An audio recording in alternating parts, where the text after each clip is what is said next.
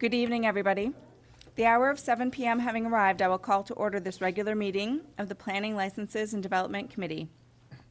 This meeting is being broadcast live on the City of Keene YouTube channel and channel 1302. The video is also streamed on the city's website and posted on the website by the end of the next business day, barring any technical difficulties. Copies of the printed agenda are available in the wall pockets as you enter the meeting room. The public and other city councilors will be recognized to ask questions and comment on the agenda items under discussion. After being recognized, all remarks are to be made through the chair. I will not recognize an individual a second time until everyone who wishes has had a chance to speak. Anyone who wishes to address the committee is asked to go to one of the microphones in the room and identify themselves by name and address prior to speaking. Written comments from the public will be accepted at the city clerk's office until Tuesday at 1 p.m. The minute taker is participating remotely this evening. Committee members, please be sure to turn on your microphones when speaking. I will now call to order this regular meeting of the Planning, Licenses, and Development Committee and declare a quorum present. All right, thank you, everyone. I know we have been here, some of us have been here for quite a while now, and so I appreciate everybody who's sticking it out with us.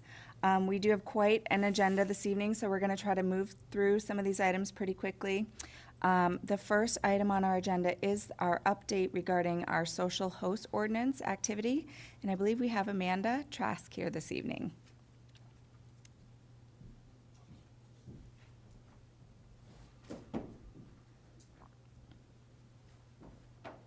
Good evening, Madam Chairwoman, committee members. Good evening, Madam Chairwoman, committee members. Steve Stewart, I'm the police chief. I'm here with Amanda Trask, our community liaison specialist relating to social horse type things, generally college relations. Fabulous. So I know a while ago the council adopted this ordinance and we created this collaboration to create this position with the college, if I remember correctly. And we're excited to hear how it's been going. So apart from the position, part of this was to monitor the social host ordinance. But over time, it also incorporated activities within the Keene State College to address the off-campus behavior of students.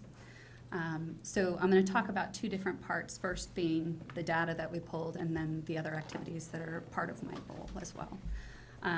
Things to keep in mind with the numbers, and I do have handouts here if you pass to give you kind of a visual of them, is that calls can come in a variety of different ways to the police department, and short of going through all 31-some thousand calls that the police department get, there's no surefire way for us to 100% capture everything, because a noise complaint can come in as a parking complaint, it can come in as a noise, it can come in as disturbance, and that's just to name a few. So there's a lot of ways that this information can come into us, and it's not always visible right off the front.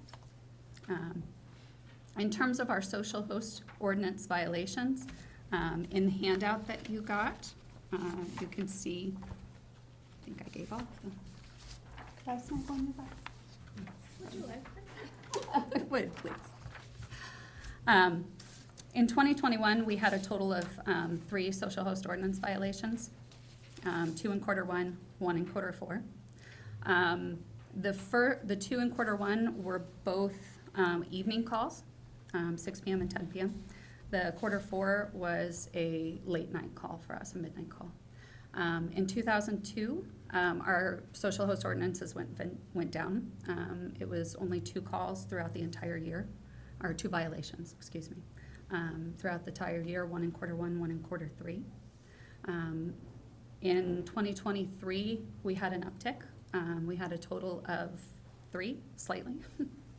1 in quarter 1, 1 in quarter 2, 1 in quarter 3, and so far this year we've had 3 calls, 1 in quarter 1 and 2 in quarter 2.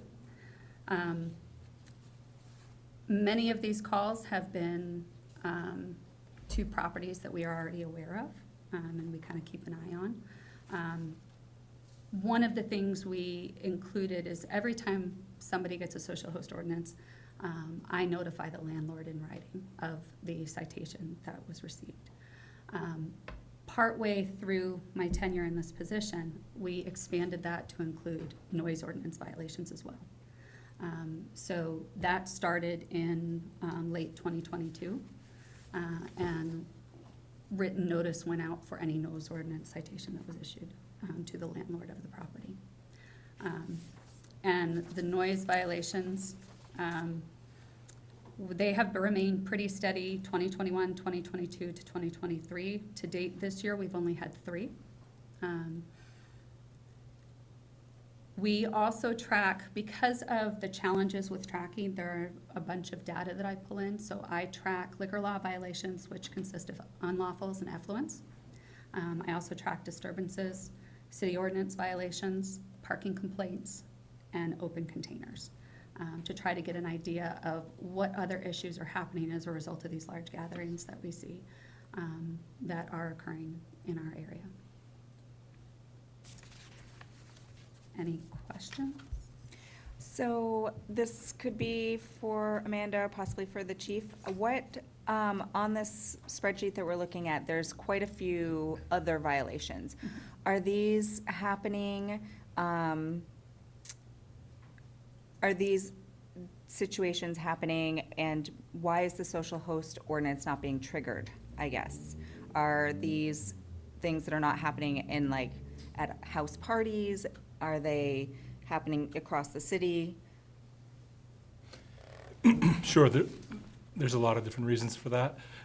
In order to trigger the social host ordinance violation, you have to have 2 things happen, two combinations of these things. So whether it be noise and then a minor in possession of alcohol, or a parking issue, or effluence, which is someone urinating on the lawn, those sorts of things. So to get a social host ordinance, first you have to have 2 of those things. And then our people there need to observe them and then get it right and apply that particular ordinance violation. So they don't always come together, and sometimes we probably miss them. It's probably a human error some of the time. But in terms of the open containers, it's probably shifted in the last 10 years to where you're seeing far fewer open containers from college students than you are from people in the downtown area or in the parking garages, those sorts of things. So there's been a shift there. So that certainly wouldn't trigger it. Right. So there's been quite a difference in noise complaints overall. And when we talk about noise complaints, these are citywide noise complaints when we look at it. So, but it's somewhat apples to apples as you stretch it out. So noise complaints are significantly down in the last 20 years. Part of that's because of the drop in enrollment, I think, at the school. And we're sort of discovering that potentially Keene State has a different sort of student than they had 20 years ago or 10 years ago. That it may not be sort of the party destination that it had once been.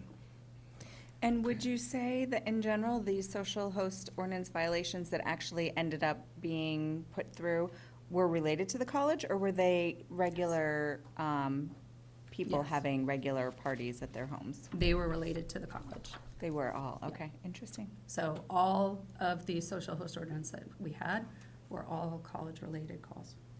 Okay. Yes, city manager. I just wanted to talk a little bit sort of about the evolution of this position and sort of the thinking. Originally a neighborhood group came to us, and they were very interested in bringing forward this social host ordinance. And we looked at other campuses across the United States and what worked and what didn't work. And at the time, we were experiencing some rather large disturbances in the neighborhoods. Then COVID happened, and things sort of slowed down. And as things sort of slowed down in terms of activity in the neighborhoods, and more students were moving on campus, and the enrollment was dropping, this position really evolved to more prevention focus as well. So in addition to following up on these violations and tracking noise in general, and following up with property owners, because that was a complaint we'd received in the past, there's been expanded collaboration with the college. And so Amanda, and I don't know if she's gonna, I'm stealing her thunder, but she also attends coalition meetings. So there's a monthly coalition meeting that addresses whatever type of issues are happening in the off-campus neighborhoods as a group. So there's representation from the city and there's representation from the college. And then she has a weekly meeting. Well, the community coalition consists of campus safety, Keene State College, student conduct, City of Keene Code Enforcement, City of Keene Fire, and City of Keene Police, as well as student representation from the Keene State Student Body.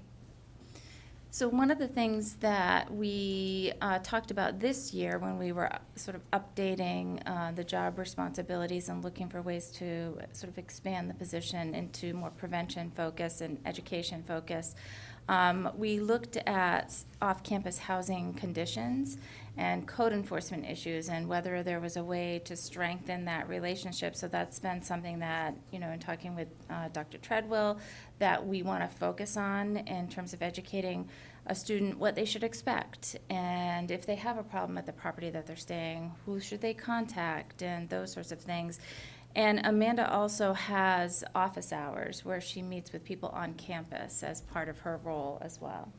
So office hours. I do talk to Dr. Treadwell monthly, but we talk annually about this position and what we want to focus on for the following year. And it has evolved, and I think that it's been good that we're less reactionary and more prevention.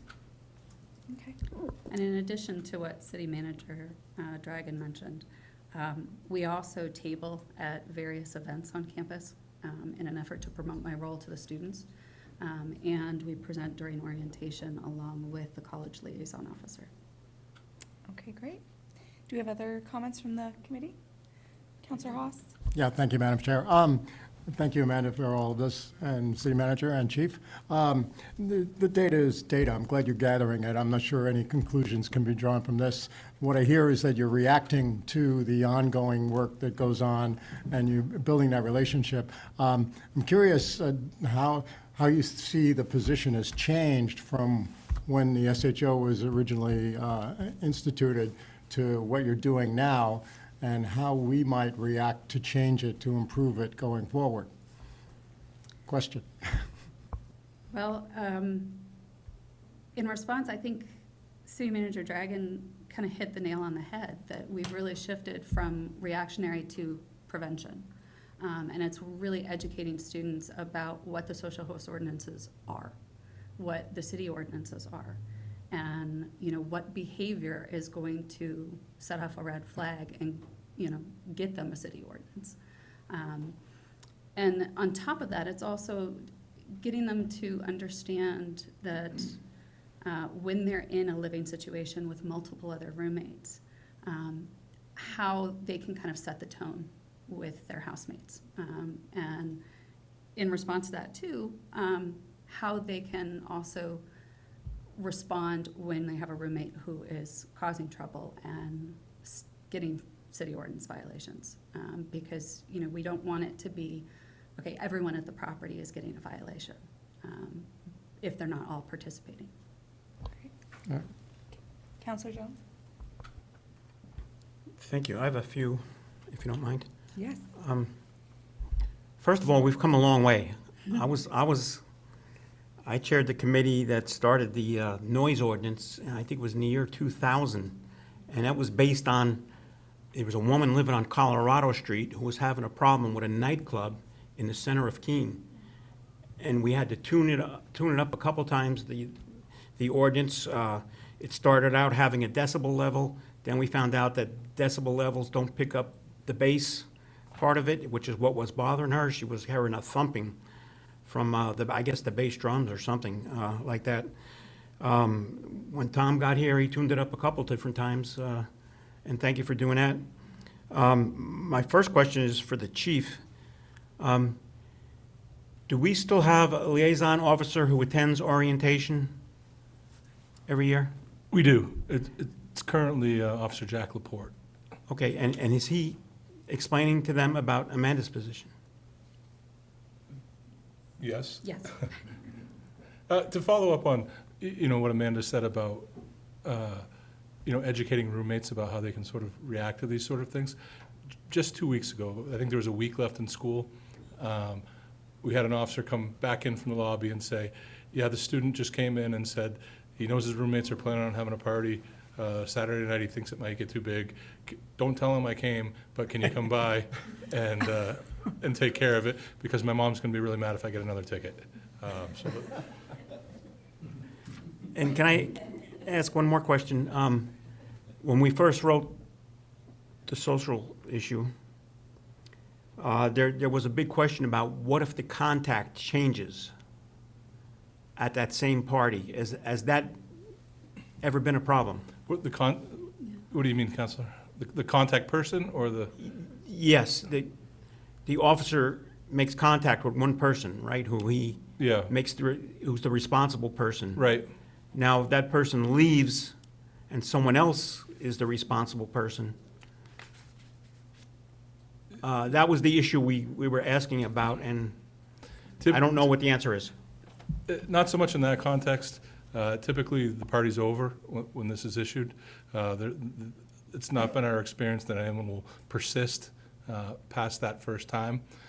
There is a slight issue with the ordinance, or at least the way that we're applying it, in that we really only are interpreting that we can hold one roommate accountable at a time. So we're sort of re-examining whether or not we could hold all the roommates accountable at once, because you end up with this sort of revolving accountability. You have a party this week, and then Billy goes to the door, and then next week it's Johnny's turn, and then they sort of take the tickets one at a time, and they never become subsequent offenses because there's 4 or 5 roommates. So we're trying to figure a way around that. But that's not unique to the social host ordinance. That's also unique to the noise ordinance, which does a good job for us in trying to achieve what we're trying to achieve for the most part. So that brings up a good question. Would you say that out of the 30 noise ordinance that we have listed on our report, how many of those were college-related? Do you have I a actually general didn't idea? bring that sheet with me, but I had it completely outlined by rental property, and a good 2/3 of them were college-related. Okay, that's good to know, too. Yeah. So that All of the seems to social be- host were, a good 2/3 of the noise violations were college-related. It's good for us to have a perspective on what kind of activity is still going on in the neighborhoods, even though they're not triggering the social host ordinance. Anyone else from the committee? Oh, Councilor Jones again? Yeah, first of all, thank you, Chief, for answering my question. You answered it, that was my exact question that you answered. And I just wanted to say, Amanda, thank you for being proactive, as was said before. But is there anything, potential changes that you want to see that would make your job easier or help your goals? Having scrambled to pull the data together in the past couple of days due to an update to our IMC reporting software, the biggest challenge with the position is just getting numbers. That's the biggest challenge, simply because of what I mentioned earlier with how many variables come into play when a call comes into dispatch. In terms of dealing with the students and interacting with the college, we've developed very positive relationships. The students are very receptive. We're seeing our office hours being utilized more and more, especially as we're advertising them and getting them out to the student body. So I think really it's just kind of keeping the momentum going of this and trying to push forward and see what other ways we can branch it into the college community. Thank you. Okay, yeah, thank you. All right, well, I appreciate your bringing all this to us. I'm just going to ask the public if there's anyone that would like to ask any questions. Sure, come forward.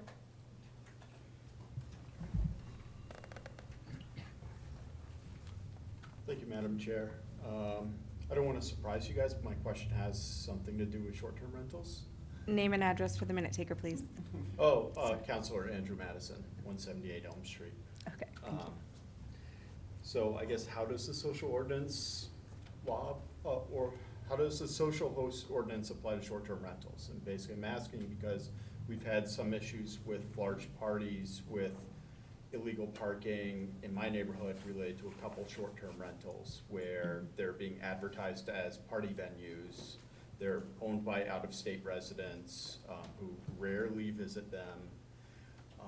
I'm wondering if the social host ordinance has a mechanism to hold those property owners accountable for effectively running illegal hotels in residential neighborhoods when they become problematic properties.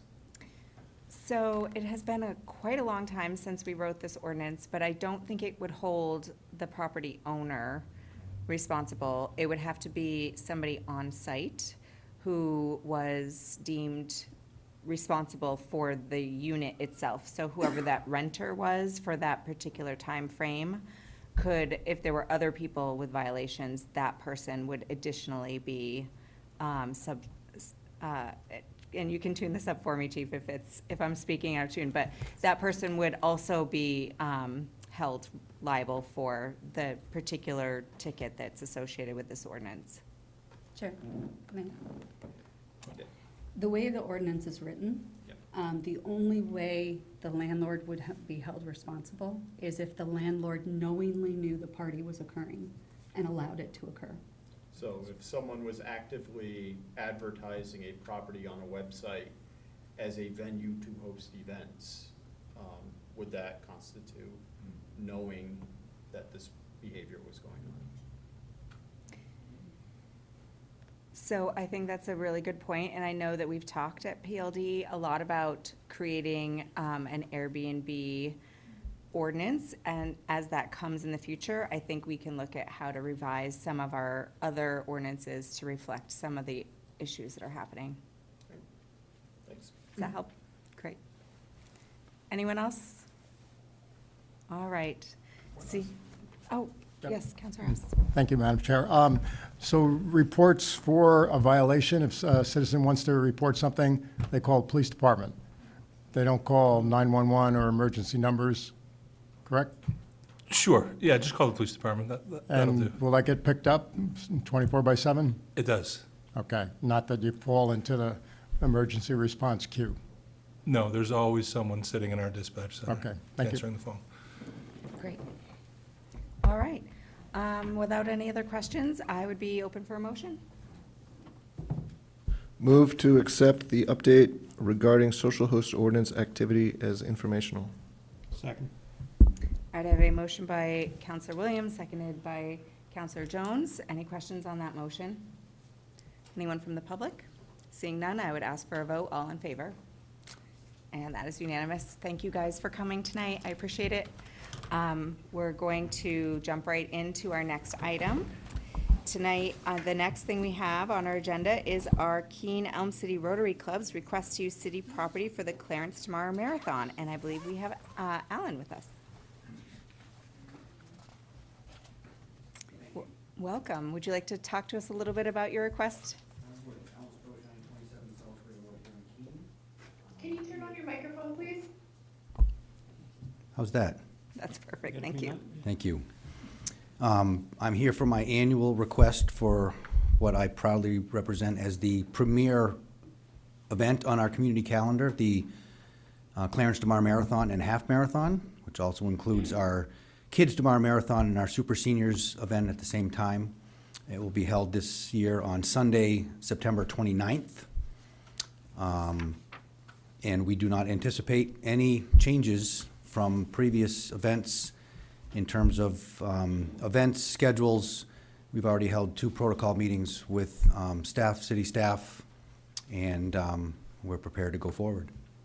So I know this is an annual request for you guys, and we've been granting this for quite a number of years. Can you tell us how many years we're at this point for the DeMar? Yeah, well, this event originally started in 1978. Oh, fabulous. I took over responsibility for it with the Elm City Rotary Club in 2012, and with the exception of 2020, where we had to cancel, it's run continuous through there. So this will be our 46th running of the event. Yes, and I remember in 2021 when you guys came back, and we were so happy to have you and see you adding back in the extra runs, and glad that you're back full force now We with are. the kids tomorrow and the seniors. It's great. Do we have anyone from staff? For staff comments on protocol? Oh, okay, Rebecca, yes. Thank you. I just want to thank Mr. Stroshine. He's one of our veteran protocol meeting attendees, so it's been good to have his cooperation, but also I'm a little bit new to the protocol planning process, and I will say that the team run by Terry Hood is amazing in terms of making sure that all the bases are covered and knowing the route of this race and all the components, and so I just want to thank everybody involved. Wonderful. Thank you. Any questions from the committee? Counselor Jones? Alan, thank you very much for being here and for all you do over the years. You're in a hot seat now. It's your turn to shine. I think you should tell us a little bit about some of the awards you've been awarded as one of the top New Hampshire marathons. Yeah. And we- also tell us about a short, I know it's a long story, but tell us about Clarence DeMar and a lot of the city that do not know the story behind him, Yeah. like I do. Thank you, Counselor. Yeah, we are very proud of the fact that we hold a distinction of the best marathon in the state of New Hampshire. There is a nationwide organization by the name of Race Raves that does articles and promotions for races across the country and do a survey on the best races in every state. And we have been the best marathon in New Hampshire for the last 8 years. We also, through another organization, have the best half marathon in the state of New Hampshire. So it gives us a lot of pride that we put on a pretty good event, and the people that come to Keene from all over the country to participate in this event go home and tell their friends what a great time they had in Keene, New Hampshire.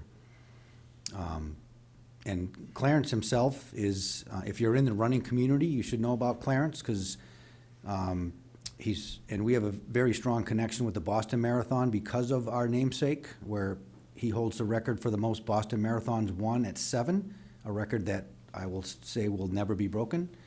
He's also a 3-time Olympian and a bronze medal winner in the 1924 Paris Games, and taught here at Keene Normal School for about 10 years, and much of that living on Appian Way before he moved to a farm in Swansea. And if you ask one of his living daughters about it, it's not a great story because the city took their property by eminent domain for the airport. So don't bring it up with the family if you see them. That's exactly what I was looking for. Thank you. Well, that's wonderful. I think that's a great educational component to what you guys are doing. I have a sprinter at home. I don't think he will ever run a marathon, but Don't say that. Don't say don't you're say right. never. You're absolutely right. He just broke the Keene Middle School's record for the 100 on Tuesday, which was super exciting for us. But running is Nice. part of our family, so I'm really happy that you guys have been able to continue this. Yeah, he won't give up on, when you get older, the shorter distance become harder, and he'll transition to the longer distance. Yes, that is true. I'm watching the kids there. I was like, I didn't know you can get as injured as they are getting in track, but you're right. It's that pressure to push off and the pounding that you Yeah. get. So, any other questions for Alan? No? Yes, Counselor Jones. I just want to tell you a little about me as a runner. For 2 silly reasons, I still hold my high school record for the mile. Wow. One is, my senior Counselor year, Jones. it was a brand-new school, and I was the only one that ran the mile. The second reason is, the next year, they switched to metric, so I'm always even though there are much better runners, I'll always be in the record books. Counselor, as those, you don't need to mention that. Just mention the records and let it stand on its own. I know. We have some really talented folks that are from Keene, New Hampshire. Thank you, Madam Chair. That certainly leads to the follow-on. What was it like to run with Clarence DeMar, Phil? Oh. I just saw him from the back. All right. Well, I'm going to get us back on track here because we do have a lot to get through tonight. Do we have, let's see, where are we at? Do we have anyone from the public who'd like to speak? All right, seeing none, I think we're probably ready for a motion. This one's me. yours. I would move to recommend that Elm City Rotary Club be granted permission to sponsor the Clarence DeMar Marathon on September 29, 2024, subject to the signing of a revocable license and indemnification agreement and the submittal of certificate of liability insurance in the amount of $1 million, listing the city of Keene as an additional insured. This license is conditional upon the petitioner providing an adequate number of volunteer race marshals to ensure runner safety along the course. Submittal of signed letter of permission from the private property owners for the use of their property and is subject to any recommendation of city staff. The petitioner agrees to absorb the cost of any city services over and above the amount of city funding allocated in the fiscal year 25 community events budget. Said payment shall be made within 30 days of invoicing. Is there a second? Second. Motion by Counselor Jones, second by Counselor Haas. Any questions on that motion? Anyone from the public? Seeing none, I would ask for a vote. All in favor? And that is unanimous. Thank you very much. All right, thank you. We appreciate all the work you guys are putting into this. Item 3 is our Keene Family YMCA's request for road closures for Summit Road for June 2nd, 2024. And I believe we have Kelly with us this evening. Hello. Kelly welcome. Fluette, 9 Schuler Way of Keene. And we're here to request for our third time a closure of Summit Road for our youth triathlon in June.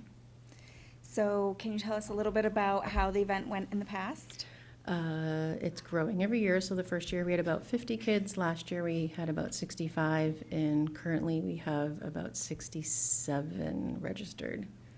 Wonderful. So it's been a great success. And the relationship with the neighborhood, I know that the first year we discussed that, and you guys worked pretty hard to make sure that the communication got out and that everybody was able to get where they needed to be safely, and has that been Yes, part of the process? You know, a week before, we'll send out a letter to all the neighborhood houses that are affected, just letting them know to arrange their schedule that morning a little differently, or watch for bikers if they need to leave. And we try to place our volunteers near those driveways to make sure if they do need to get out, we can get them out in between bikers. Okay, great. Any questions from the committee? Counselor Jones? This is always a great event, and thank you for doing it. You're welcome. And just so you know, I am one of the neighbors, and there's 5 HOAs out there, and they all fall under the umbrella of one large HOA. And I always do, for your sake, put the announcement out through the HOAs about 2 days before the event, just so everyone is aware. And everyone loves it. They thank me because they want to go see it. Excellent. Well, thank you for Yeah. that support. Yeah. Counselor Haas? Thank you, Madam Chair. I should ask this, Ms. Landry, do we have a banner proclaiming this event that can be placed somewheres on one of the kiosks? I don't think so. So the way that program works is that it's available to nonprofits for events. I'm sure the city clerk would back me up on that by ordinance, but it's certainly a great option if anybody wants to take advantage of it. Yep. And if that's something that you guys were interested in for promotion, I would just reach out to the clerk's office and they would work out. Yeah, we've done that in the okay. past. Yep. Great. Great, advertise. Yes, it is. And are we representing city protocol as well? Yeah, so they've come before the protocol team, and all of the requirements are met. The priority of that protocol process is public safety. This is a relatively small event, and all of the boxes have been checked as far as staff is concerned. Wonderful. Okay. Anyone from the public wishing to speak on this? Seeing none, I would ask for a motion. I move to recommend that the City Council grant permission to the Keene Family YMCA to sponsor a youth triathlon on Sunday, June 2nd, 2024, from 8 a.m. to 1 p.m., including the closure of Summit Road just after the YMCA entrance and Summit Ridge Drive where it intersects with Summit Road, subject to the following conditions: the signing of a revocable license and indemnification agreement, and the submittal of a certificate of liability insurance in the amount of $1 million, listing the city of Keene as an additional insured. The license is conditional upon the petitioners providing an adequate number of volunteer race marshals to ensure runner safety along the course, providing advance notice of the race to impacted residents, and subject to any recommendations of city staff. The petitioner agrees to absorb the cost of any city services provided and agrees to remit said payment within 30 days of the date of invoicing. Second? A motion by Counselor Haas, second by Counselor Jones. I know a lot of PLD's motions can get really lengthy, so I'm going to ask, do you have any questions on that motion? No. No. Anyone from the public? All right, seeing none, I would ask for a vote. All in favor? And that is unanimous. Great. Thank you Thank for you your guys for support. putting together another great community event. You're welcome. Have a good night. Item 4 this evening, the Keene Music Festival's request to use city property on August 31st, 2024, and I believe we have Pablo here with us this evening. This is another annual request. Another annual request. We love seeing them. Hi, I'm Pablo Fleischman. I own 37 Roxbury Street, Green Energy Options, and I've been the chair of the board for the Music Fest for a bunch of years. Don't actually know how many years, but I've been involved since its inception in 2001. And a few years after we started, the city has been supporting it with granting us wonderful permissions and as well as providing city staff for the day of the event. Not many things have changed. We typically bring really nice weather. It's the Saturday of Labor Day weekend. It's pretty much 100% volunteer. Our budget, our personal budget has actually gone down for our expenses because we work harder. Not very much in terms of the planning, not much has changed. And we've met with the city for one protocol meeting with the concept that we're available to have a second one prior to the event.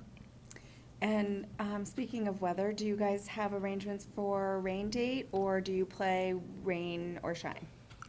We look at the weather. We do not do a rain date. If it's going to be terrible weather, we will just cancel for the year, which we have not done. Well, I know we have some festivals that tough it out, and sometimes we like to plan ahead and just say, like, we can adjust it for you, and that would be something we would work on tonight for you if it's what you were interested in. But if that's your plan, then that's great. We're happy with that. City staff, do we want to talk about protocols too? Yep, sure. Once again, thank you to Pablo for coming and coming before the protocol team. As regarding rain dates, that is something that came up in our conversation. And with any event organizer, we tend to ask them to get in touch with emergency services personnel 2 or 3 days in advance of the event to check to see if weather could affect any type of, if there's going to be a torrential downpour or super duper weather that might bring more people than we had originally predicted. So there is a communication process in place for that. But again, we're happy to have the music festival and incredibly impressed with how many musicians will be participating. Yes, I loved seeing the list of the locations for the stage. I feel like it is growing, and or is that accurate? Is that So we try to keep it between 60 and 70 bands. Okay. And that ranges from 1 to 8 members per band. Hence, not trying to figure out a rain date. It would be like herding cats to get them to reschedule. Mm-hmm. And in the past, we've had as many as 90, and that is a difficult one. We've learned that to keep the footprint basically along Main Street for the most part. Over the years, we've tried down Washington Street and at Keene State College, and people just couldn't find the stages, so.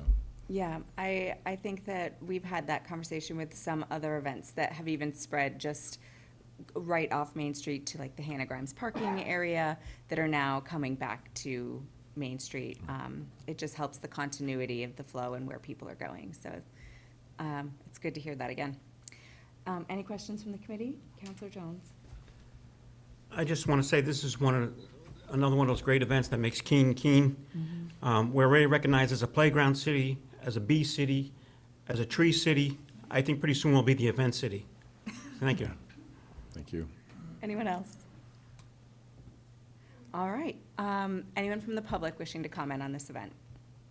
Seeing none, I would ask for a motion. Move to recommend that the Keene Music Festival be granted a street fair license to use downtown city rights-of-way, as well as use of downtown city property on Central Square, Railroad Square, and designated parking spaces on Main Street to conduct the Keene Music Festival on Saturday, August 31st, 2024, from 8 a.m. to 11 p.m., with downtown merchant sidewalk sales permitted in locations where a minimum of 6 feet of clearance is maintained for pedestrian access. In addition, the applicant is permitted to close off a portion of Railroad Street from Main Street to the westerly entrance of the Wells Street parking garage, a portion of Church Street from Main Street to the entrance of the former Vision Financial parking lot, and Lamson Street from Main Street to Federal Street. This permission is granted subject to the following conditions: the signing of a revocable license and indemnification agreement, that the petitioner provide a certificate of liability insurance with the City of Keene listed as an additional insured in the amount of $1 million, submittal of a signed letter of permission from City Tire for use of their property and compliance with any recommendations of city staff. In addition, the petitioner is granted use of the requested parking spaces free of charge under the provisions of the free parking policy. The petitioner agrees to absorb the cost of any city services over and above any amount of city funding allocated in the fiscal year 25 community events budget. Said payment shall be made within 30 days of the date of invoicing. Second. I have a motion by Counselor Williams, second by Counselor Jones. Any question on that motion? No? Anyone from the public? All right, seeing none, I would ask for a vote. All in favor? And that's another unanimous one. This is the fun part of PLD, when we get to talk about all the amazing things that are happening in our community, and it makes us really proud to be able to be part of it. All right, number 5, the Keene Sentinels request to use city property and fireworks discharge for their 225th anniversary celebration on September 7th, 2024, and I think we have Sean Burke with us this evening. Hi, I'm Sean. Hi, Sean. President of Keene Sentinel. Thank you. Jack? Yep, Jack Rooney, Managing Editor for Audience Development at the Keene Sentinel. Fabulous. So can you guys tell us a little bit about what you're thinking about doing? And this is a anniversary event, so this is the first time you're planning something in the community like this? First time in the last 25 years, yeah. Okay, fabulous. So what is your plan encompassing? So with the 225th anniversary of the Keene Sentinel being the impetus, we'd like to hold a community celebration on September 7th, as you noted. It's meant to be multi-activity, meant to run from 11 a.m. to dusk, which is when we'd hopefully hold the fireworks. We'll have an opening ceremony. Features will include a downtown sidewalk sale, classic car show. We look to have 2 music venues, an art show.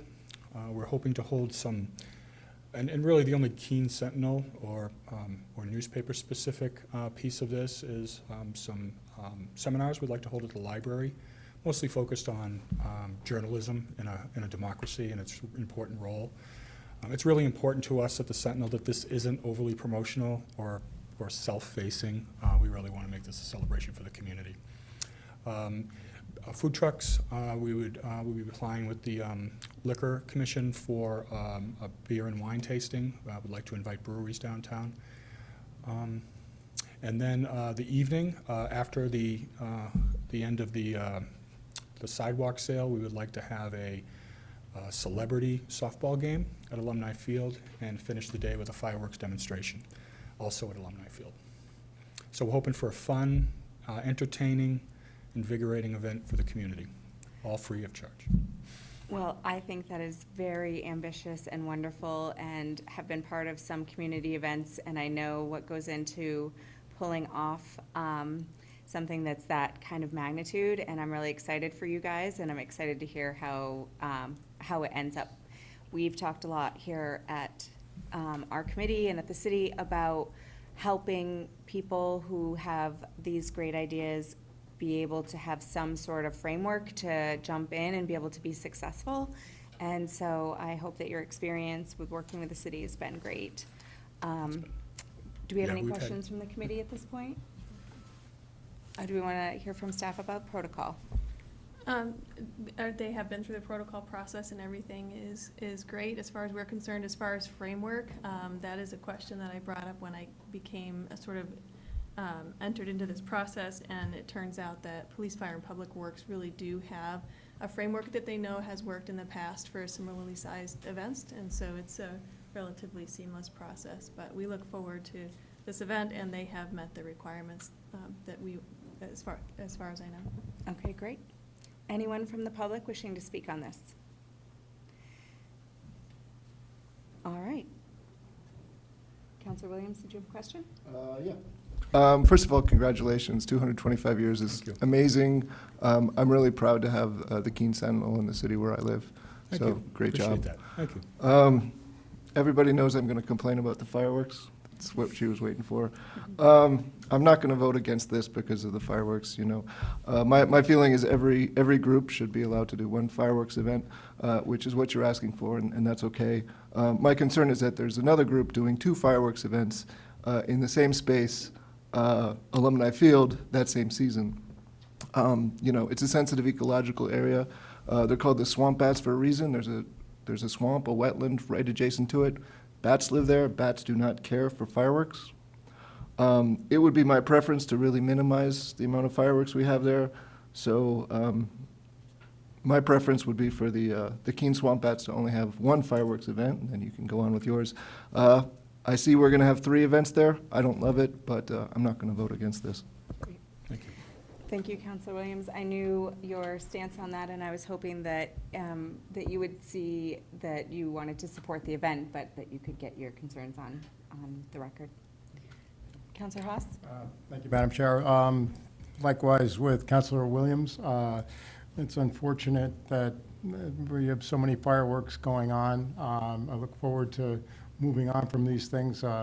If you think it's important for your event to celebrate the Keene Sentinel, then I'm all for it. But you know, we'll look askance at any other future firework applications coming, especially for this summer or this year or things like that. And there's other ways to celebrate without blasting the middle of town, never mind the swamp bats and such. So, but great, and I encourage you, make it self-promotion. Sell subscriptions, get something out of it. And thank you for celebrating Keene, but we celebrate you. Thank you. Thank you very much. Counselor Jones? Oh, are we ready for a motion? Okay. Going to public? Yes. May I? Oh, yes, sorry. That's okay. So I have heard a number of times this concern about fireworks, and so Terry and I have talked about at the protocol meetings, just mentioning to people who are applying for these event licenses that it is something, it's a sensitivity, and if there are alternatives, we'd love to hear them. But that conversation is starting to happen in the process.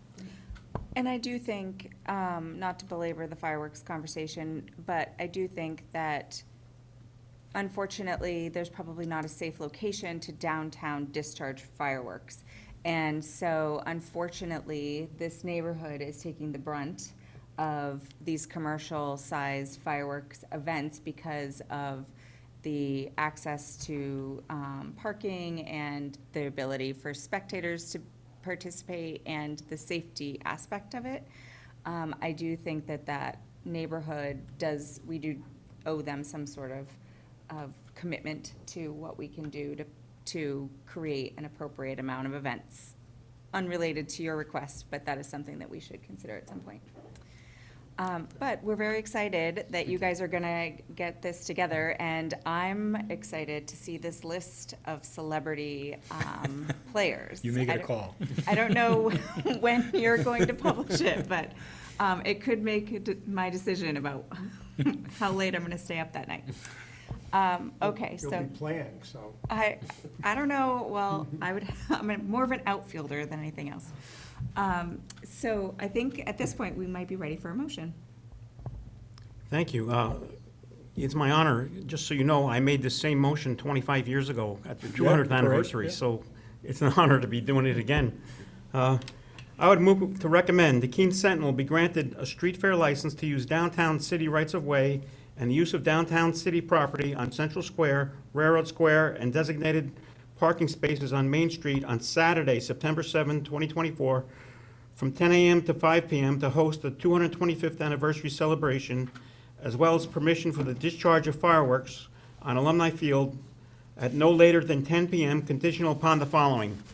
And there's 12 bullets. The signing of a revocable license and indemnification agreement.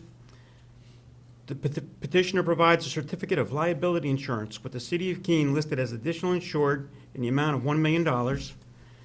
That the fireworks vendor provide a certificate of liability insurance with the City of Keene listed as an additional insured in the amount of $1 million. That the attainment of a Class B fireworks permit. The petitioner agrees to absorb the cost of any city services provided to the event and agrees to remit said payment within 30 days of the date of invoicing. The footprint and layout for the downtown portion of the event shall encumber the traveled portions of Central Square, the northbound lanes of Main Street from Central Square to Eagle Court, and a portion of Railroad Street.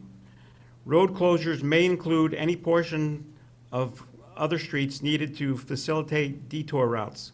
The full extent of road closures and detour routes shall be agreed upon with city staff. The petitioner is permitted to place porta potties in city parking spaces with a specific location to be determined in conjunction with city staff from Friday, September 6, 2024 to Monday, September 9, 2024, which will be chained together and affixed to ensure that they are not vandalized while unattended overnight. The downtown merchant sidewalk sales are permitted in locations where a minimum of 6 feet of clearance is maintained for pedestrian access. The downtown portion of the event shall be held from 10 a.m. to 5 p.m. with the times for setup and cleanup be established with city staff. That free parking be granted under the provisions of the free parking policy for city parking spaces needed for storage of equipment and placement of porta potties from Friday, September 6, 2024 to Monday, September 9, 2024, and spaces within the event footprint on the day of the event. The submittal of a signed letter of permission from any private property owners for the use of their property, and said permission is granted subject to obtainment of any necessary licenses or permits and compliance with all laws and compliance with any recommendations of city staff. Second. Do you need it read again? Yeah, what was that last one? Yeah. We have a motion by Counselor Jones, second by Counselor Haas. PLD loves its lengthy motions. We really appreciate the clerk helping us out. So I always ask, do you have any questions on anything inside of that motion? Great. Anyone from the public? Seeing none, I would ask for a vote. All in favor? And that's a unanimous vote. So we're excited to see you guys get this together and to experience it with you in September. Thank you for your Yeah, support. thank you. Appreciate it. All right, item number 6. It looks like this evening, our item number 6 is the Colonial Theater's request to use city property for their 100th anniversary celebration on August 18th, 2024, but it does look like they're asking to withdraw. Yep, thank you. They did communicate through the city clerk's office that they would be withdrawing. They decided not to move forward with the event this year. Okay. So with that being said, I would be open for a motion. Move to accept as informational. The petitioner has withdrawn their request. Second. Motion by Counselor Haas, seconded by Counselor Jones. I understand that, that they're withdrawing, and we would love to see the Colonial move forward with something at some point to celebrate this anniversary. This is a big one for them as well, and we'd love to support it, I'm sure, if they make that decision. Yes. I should clarify that they are not moving forward with the event protocol. They won't be needing anything from the city, but they may still be having events in the Colonial itself to make to mark the 100th anniversary. Great. I mean, that's another big anniversary for our community, and it's really great to see the Colonial thriving here. All right, we have a motion on the table. Any questions? Oh, yes, Mr. Mayor. Jay Kahn, 135 Darling Road. Just like to clarify that the Colonial did hold an event in February celebrating their 100th. Had a Okay. birthday cake and free film was which was the Hunchback of Notre Dame. Anyway, it was a great event, if you missed it, and I agree with Rebecca that they're likely to have other free events coming up during the year. Great. That's, Just a clarification. no, that's great to know. I think, seeing some of these establishment businesses in our community that are celebrating these milestones is really wonderful. All right, so we do have a motion on the table and a second. Any questions? All in favor? And that is unanimous as well. Next up is our city council rules of order. I'm not sure this one's gonna go quite as fast. I think we have our city attorney here to go over some draft changes that they're proposing, for us to review this evening. Yes, thank you, Madam Chair and the committee, and I hope it goes fairly quickly. I'm getting to that point in life where it's past my bedtime, I think. Same. At this point. But, so, the council, over the last number of months, has an interest in revising the rules of order. There were a couple of workshops held. The background notes didn't quite include this, but the two city workshops that were held in February to discuss the rules, I attended one. I watched the other recording for the night that I wasn't able to attend. So what I did was take the original sort of outline that was presented to the council about the areas of the rules that you might want to revise, and listen to those the broadcasts and put together what I think is responsive to the requests that you are making at this point. It's important for me to note and to underline that these are your rules of procedure. These are just my best efforts to try and define what it is that you're looking for in words and to put them in the rules. You'll note from the packet that they don't unfortunately necessarily follow the same kind of order as the rules, but sort of the way they fell on the summary sheet. So anyway, I'll start with section 15, which is the voting and conflict of interest rule. What I have presented to you is the only one of the paragraphs, the third paragraph, because none of the other sections changed. But the point of this particular change was to include immediate family members in the statement that's to be filed in January of each year. I will point out that the definition of immediate family members is included in the rule itself above. And what it says, that definition is when a counselor's spouse, parent, child, or other member of the counselor's immediate family living in the same household, all of those individuals become the immediate family. So the proposed change was to expand the statement of interest from just the mayor and each counselor, but also for their respective immediate family members, to have those listed. That was one of the things that was discussed. So that's the first presentation. So before we go any further, I just want to get some clarification on how you want to see us give you back information, because I see a couple of things that could potentially be concerns for me personally as we go through these, and I suspect maybe some other members of the committee. I also want to remind the committee that these changes were made out of consensus at these workshops, which the council did attend. So where our committee might even disagree with some of these changes, that is going to create conversation at full council. And with that being said, I wonder should we be making these changes individually and not as a single ordinance? Well, my suggestion actually, before I saw the motion that was presented for you this evening, given the fact that this is the first time that in writing anybody has an opportunity to see this, my suggestion would be for me to just go through these tonight and then you place these on more time, because now it's in the council sort of, milieu. Other councilors will now have an opportunity to see these, and you and the other councilors will have an opportunity to think about them. before we drop something in for a reading before the council for adoption.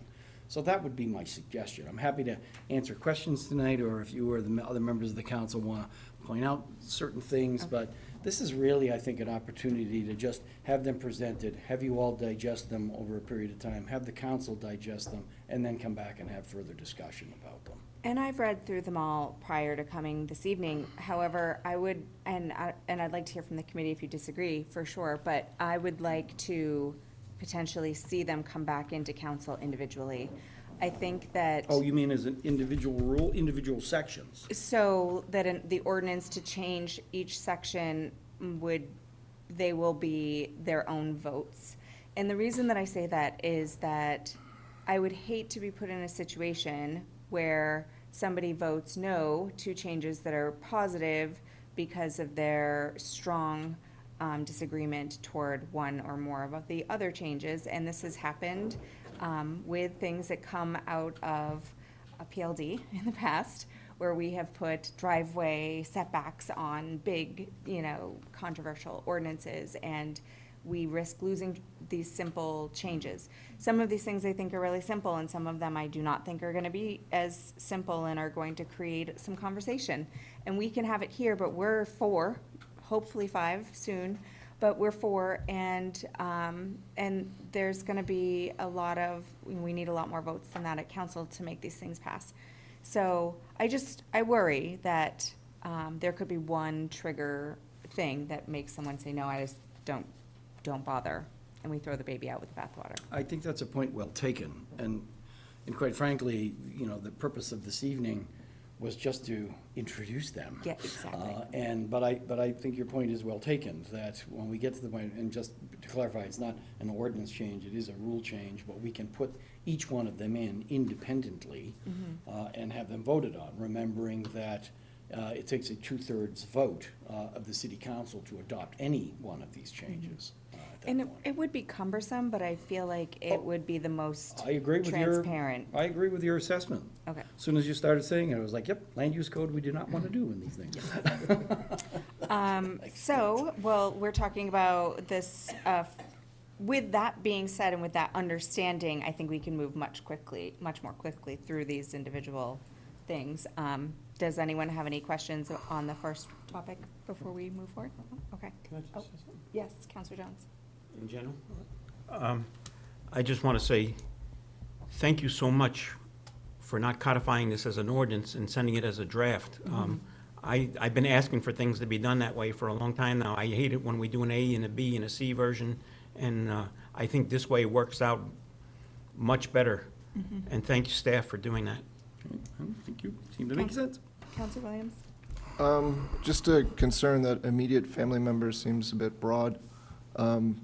If my son is president of the video game club at Keene High, and he's under 18, is that really something that I should be reporting on about a minor? I don't think it is. That is for the council to determine. Okay. So I will second, and I'm using that metaphorically, that concern. I think maybe an exclusion for minor family members is appropriate, and I don't know if you should add that wording. My preference at the moment would be not to change anything tonight, really.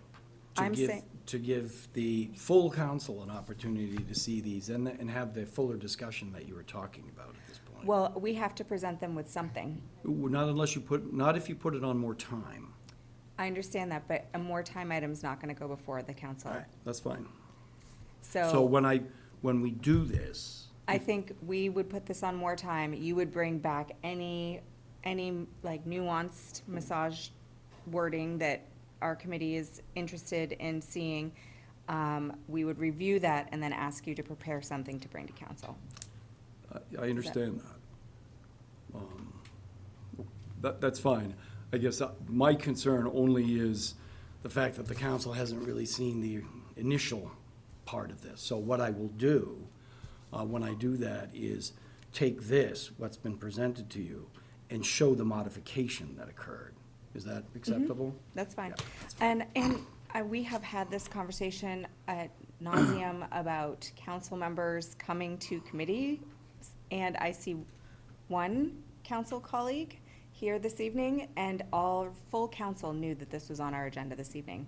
So I would have hoped that if they read the PLD packet and saw this on our agenda, that they would, and had some concerns, that they would have shown up to ask questions.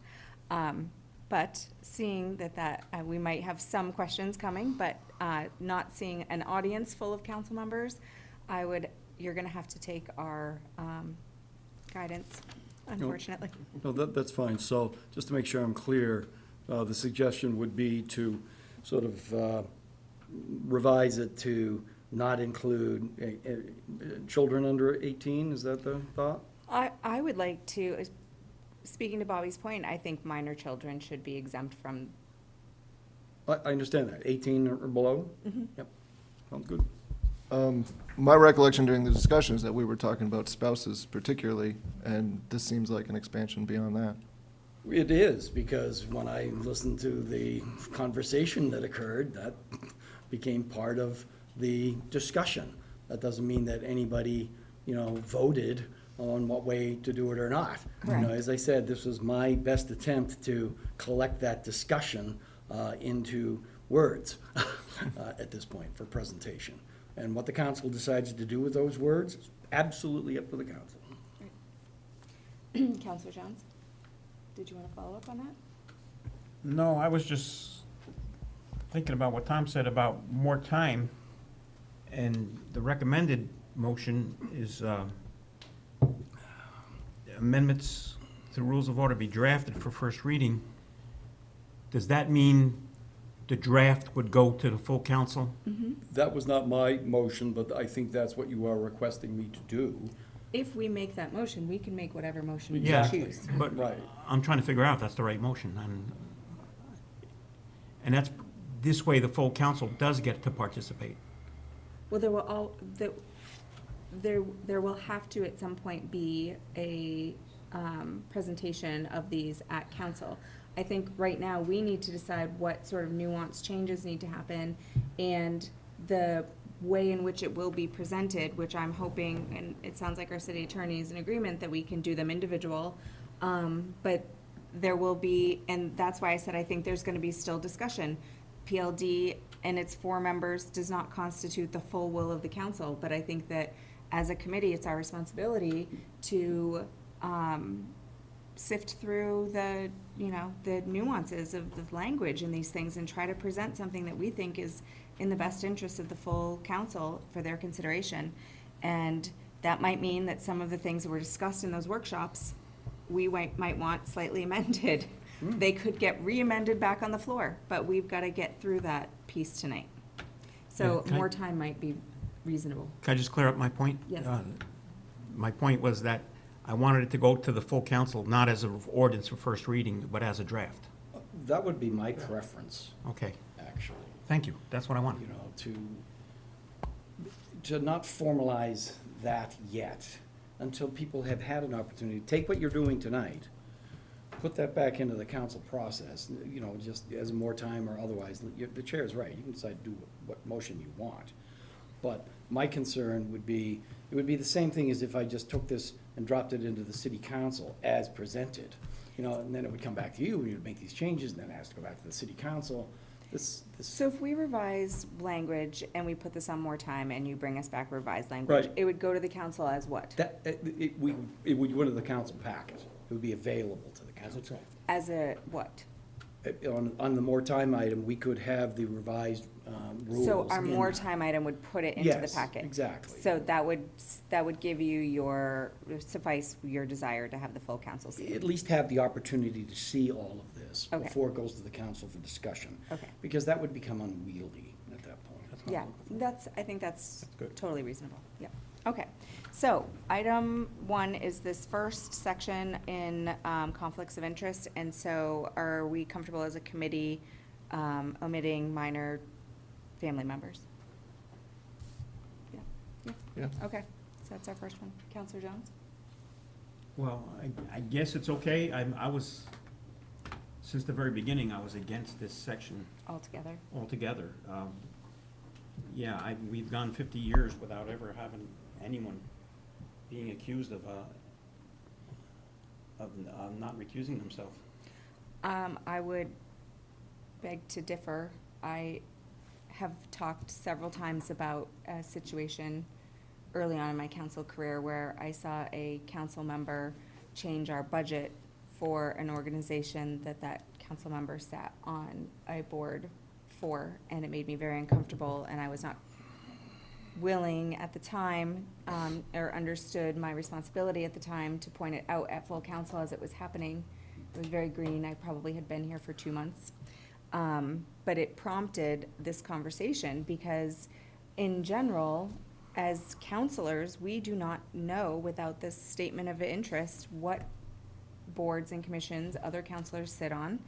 And I think that we crafted the wording here to be very clear that if you're in a non-leadership position on that board, or if you are not asking for some sort of financial contribution from the city, that it doesn't trigger a recusal. But if you have someone who's president of a board who comes to council and chooses to use their position to change the city's contributions to that organization, I feel like personally that's a violation of your authority.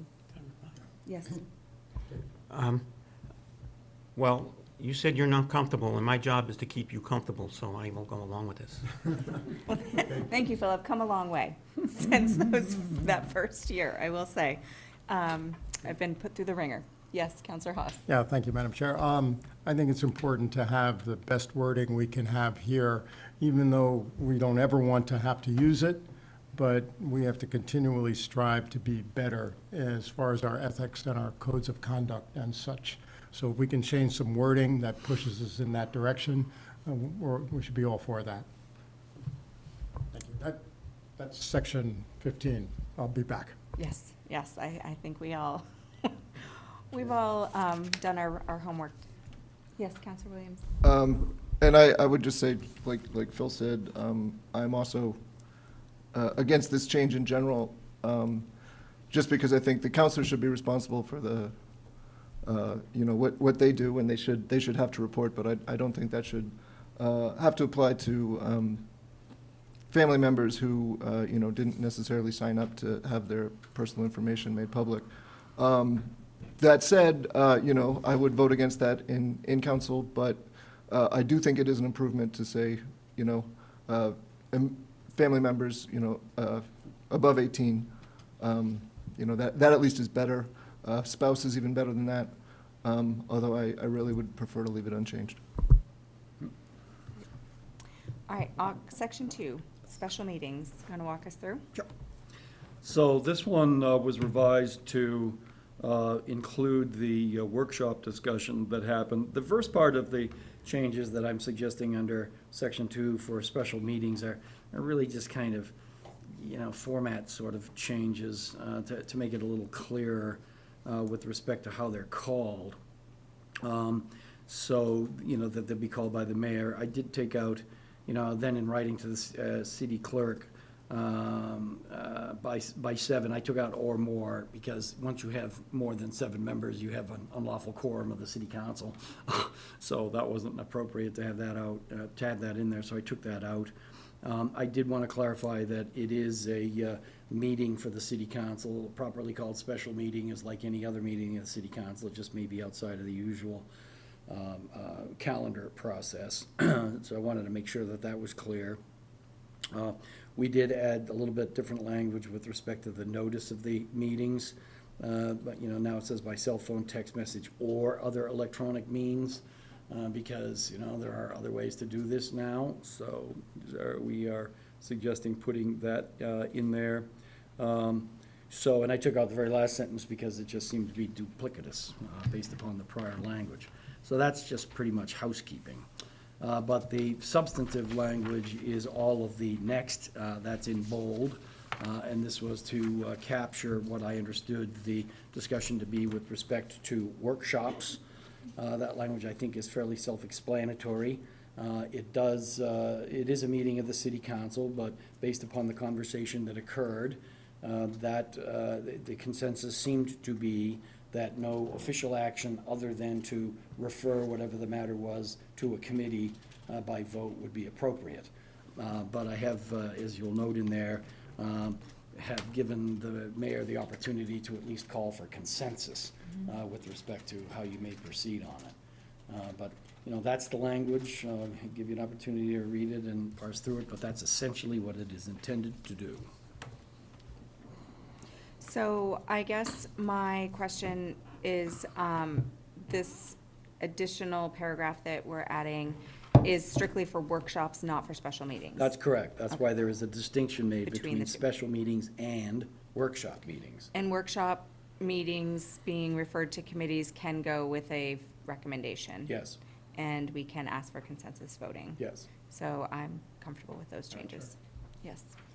Yeah, thank you, Madam Chair. I like how you've grouped it, special meetings and workshop meetings, and you define how they'd be called and how they'd be announced and all. And then you go into describe what a workshop meeting is. That's great. I'm down at the second sentence, about the Second fifth line down in the bolded, in the added stuff about workshop meetings, where you're talking about how workshops shall be, how they shall be called. And that got me confused as to how they would be called, as opposed to what was written above.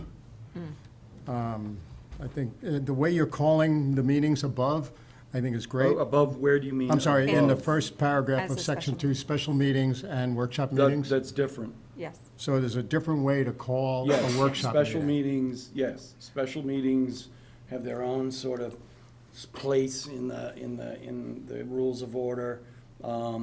They can be for lots of different purposes. They are not to be restricted, as a workshop meeting would be restricted. A special meeting, as I said, is a full meeting of the city council, full authority of the city council.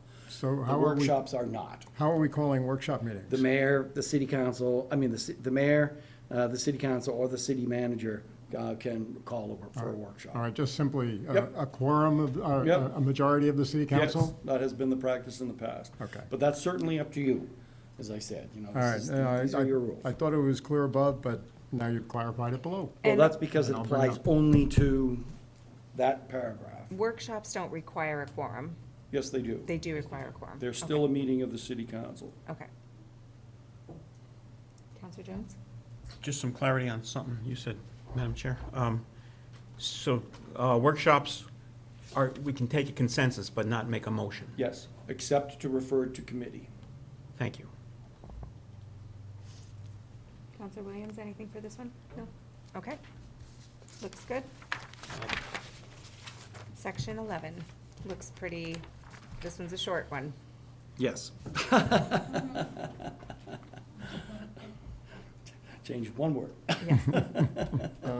I have a comment, but. Yes, Counselor Williams. I like this, you know, this is a good compromise. The concern was that, you know, people who are hurting that day might not necessarily feel physically able to stand up and shouldn't have to ask permission to remain seated. The way the language has been changed does raise a bit of an issue. It says a member, instead of shall, it says should rise in his or her place, respectfully address the majority, the mayor or temporary chair, et cetera, et cetera. I don't think we should apply should to respectfully address the mayor. I think that should be a shall. So I would say a member should rise in his or her place and shall respectfully address the mayor. Recognize that, I guess from my perspective, that's the purpose of the comma. But that's, I can revise it if you would like. I have no. I personally disagree with this change. In Which general. one, the one that's being proposed No, now? no, or- I'm fine with Bobby's Yeah. amendment. I disagree with the shall to the should. I would not vote for this at full council. This, to me, opens a Pandora's box, which I've seen already, things grow and councilors use things for protest and not necessarily for what you might think that they would use them for. And, in general, I would have concerns that this would be an opportunity for disrespectful culture to start in our chambers, and I just don't agree with it in general. I think that we can make the change. I don't oppose to seeing it be presented to council, and as long as everything is separated, we'll have that conversation one at a time. So what about the proposal to rise in his or her place, comma, and shall respectfully address the mayor or temporary chair? I read it the way you wrote it originally, that would still be a assumption that they would respectfully address, regardless whether they sat or stood, and so I'm okay either way. It doesn't, I'm not. Anyone else? Yeah, Counselor Jones? Thank you. The part about respectfully addressing the mayor, and it used to be years ago that when you were speaking to the dais, speaking to the mayor who called upon you, you would rise and speak to him. But if you were asking a question of someone at the table out there, a consultant or a petitioner, you sat in your seat. And somewhere that changed along the line. When we started being televised, we started standing for everything. And which we know now, we're not standing now. We know it doesn't make a difference. So I think that's what this is saying. Correct? We only stand if the mayor calls on us to address an issue. I think, well, I read it as you made a decision whether you chose to stand or not when the mayor calls on you. Well, that was, remembering that the only thing that changed in this was shall to should. Otherwise, the language is as presented in the rule at this point. But what I'm asking is, do we need another change? Well, that's up to you at this point, whether you want to codify that prior practice, which was to allow you to remain seated if you were addressing somebody at the table or not. That's a different question. Well, I think we can leave it alone because it doesn't say that. What you could, it's just a pattern Yes. of practice at this point. My question to you was, Counselor, was if you want to make that a rule, it's, I don't think codified. I was just looking at another section under section 10, decorum and order. You thought this was going to be easy with one word. Yeah, I don't think it addressed that. Right, it doesn't, there's nothing as far as I know, and I would have to look at the rules again, but I don't think there's anything in the rule that codifies that point that you are making. I'm Where happy would the it- way it is because it's not mentioned. Good, Okay, sounds good to me. great. Moving on. Right. Section 25. So this was just, again, another sort of housekeeping thing. When we were doing this, Patty pointed out that this last sentence that what I've now included in section 25 was previously included in, let's see.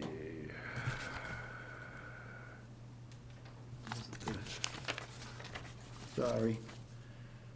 Prior, yeah, it was included in section 32. And it didn't belong there, because section 32 was dealing with the time limits for the report by the committee, whereas section 25 is the time limits for communications that first come into this mayor and the city council.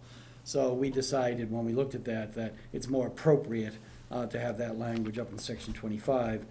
It was revised a little bit to be clear that we're talking about communications, not necessarily testimony at that point, but it was just to make clear what the timeline is for submitting things into the city council agenda. Purely a housekeeping matter, Okay. basically. Anyone have any questions? All right.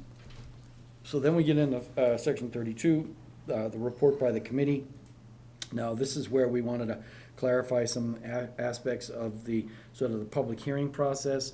It was unclear under the existing rule. It has been a matter of pattern and practice that once a matter was heard at a public hearing before the city council, went back to the committee for a recommendation. Public comment was not to be allowed any further at that point. But we, took a little closer look at it, and it does not specifically say that.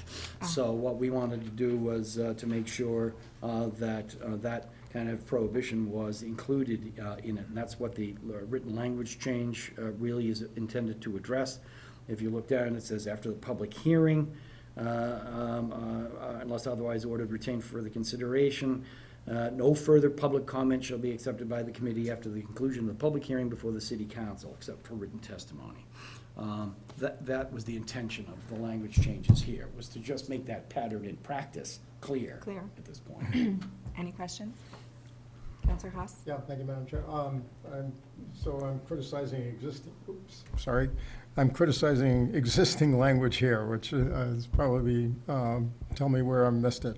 But talking about otherwise ordered by a majority of the council committee members present, so Where is are it the you, count, Counselor? I'm sorry, in the section 32, fourth line? Yep. We're talking about the council, we're talking about the committee, we're talking about a council committee? or This deals what? with the committee. Okay, so it You know, should be so it would be, your matter is referred to the committee, you have to report it out, except a public hearing before the council, or unless otherwise ordered by a majority of the city council committee members present.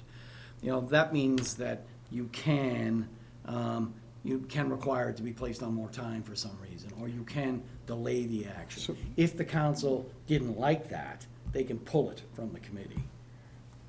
So, by a majority of the council members present, Council committee members. Council committee members present, the members of the committee who Yes. are on the council. yes, Yes. at the Okay, committee that's what you're level. meaning. Okay, Because this deals with reports out of the standing committees. right, and wasn't sure of that relationship. I so, could, you know, I don't have to say, I could just say majority of the committee members present. Right. I'm the I'll ta- one I'll take that catching out. up here. Yep, And there's something like that repeats later on, but yep, no, I you will got get it. that. Yep. Okay, fabulous. Section 33. So this one took a little bit of work. Yeah, this was interesting. I wasn't. Yeah, you know, this was Sure the how I one felt that sort of about came this. up as a result of another issue that we had, and, you know, what happens when you get to the end of the calendar year, and you start a new calendar year, and I was trying to balance out what I heard with respect to that, with the reality that you may make a decision on something, and even after reconsideration is over, and again, this is up to you, after reconsideration is over, if something happened that would have affected that decision, you might want to relook at it again. But I didn't want to have that kind of language in there about just this calendar year, then it can't come up until the next calendar year. At some point, it needs to be foreclosed, right? At some point, you have to come to an end point. So, and the other wrestling I did with it a little bit is, you know, just how you define, because final vote got to be a little bit problematic, because we accept things as informational. Well, when we accept something as informational, we technically sort of disposed of it, although I don't like that word. As a man had pointed out to me, disposed doesn't sound very friendly to people. No. I get that. You know, but I wanted to include that concept. Well, can we just stay there for a second? Sure. Because that's my hiccup with this language, is including accepting the matter as informational. I feel like there are times where we choose to accept things as informational that are appropriate to do that, circumstances where it is appropriate to do that, because we are not in, or we know that there might be an ordinance change coming that is relating to that item, or there could be many facets of reasons why we would choose to do that. But this wording says that we will not take up business that is similar to items that we have accepted as informational within that calendar year, but that is not going to be the case at all times.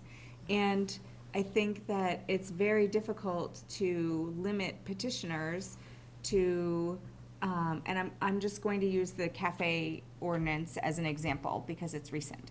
So we had a petitioner send a letter in that was complaining about cafe ordinance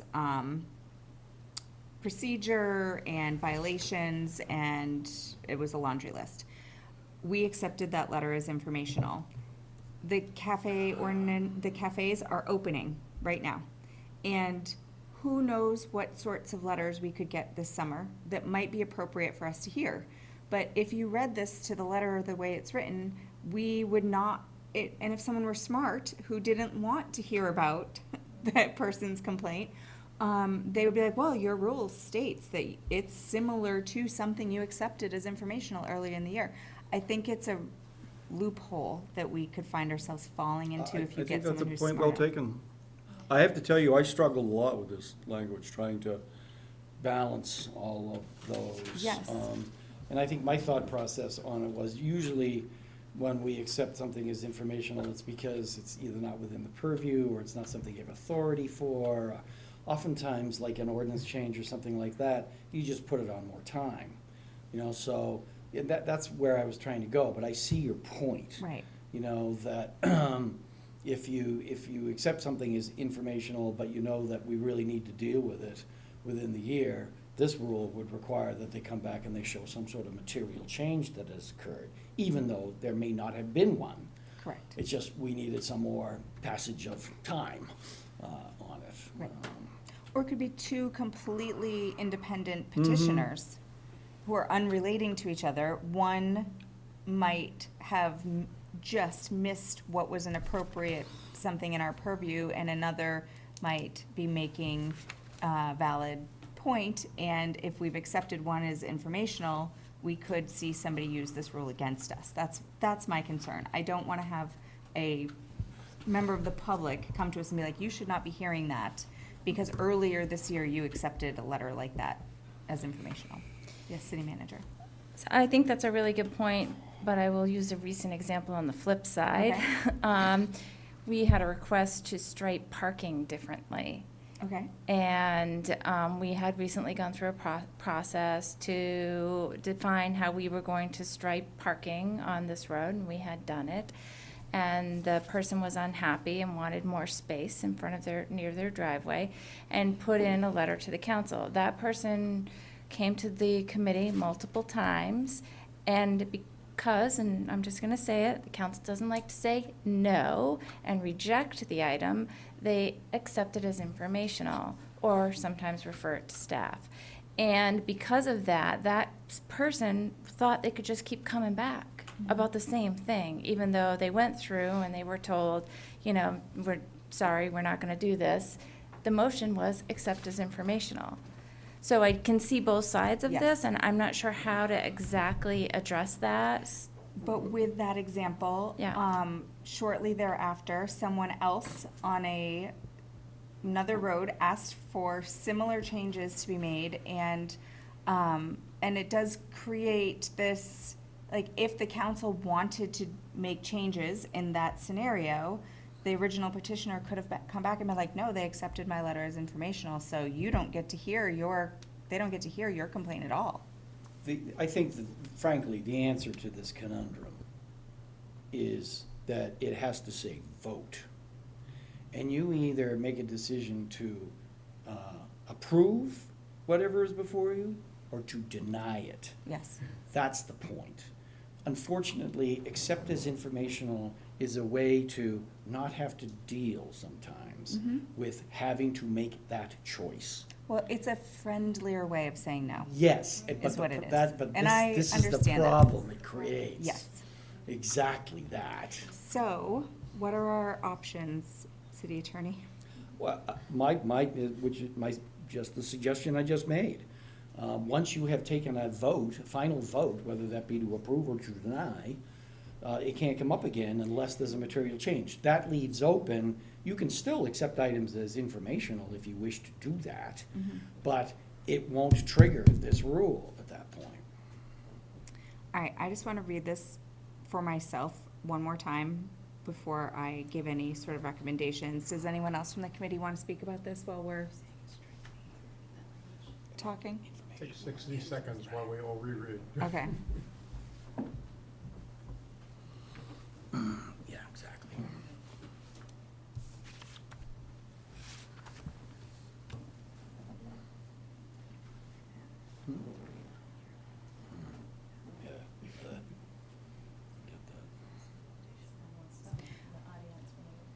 Okay.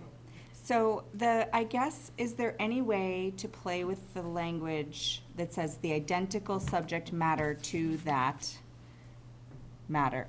Okay, the identical subject matter to that, and then you struck a bunch of items, to that matter shall not be taken up again by the city council during that calendar year. So if we left the language the way that you've edited it, and we edited that portion additionally to say, to refer to the petitioner rather than the subject I matter. thought about that, yes. That would certainly clarify That it. would clarify my concern. Right, but then you get, quite frankly, then you get into this unfortunate question where you have one applicant that comes to you that you don't particularly want to do it for that person, and then you have another applicant that comes to you and you sort of do want to do it for that person. It becomes a little bit arbitrary at that point. I think that may be the problem with it. I thought of that, but that could open up its own Can of worms. issues. All right, anyone from the committee? Counselor Williams? Just to say that I think identical is a very strong word, and maybe gives us some protection there. And that's why I left it in there, for that reason. Thank you, Madam Chair. We can accept a matter as informational or put it on more time. And perhaps somehow, somewheres, we could have wording that indicated that this is the result if it gets put on informational, that this and all things identical to it are off the table for the year.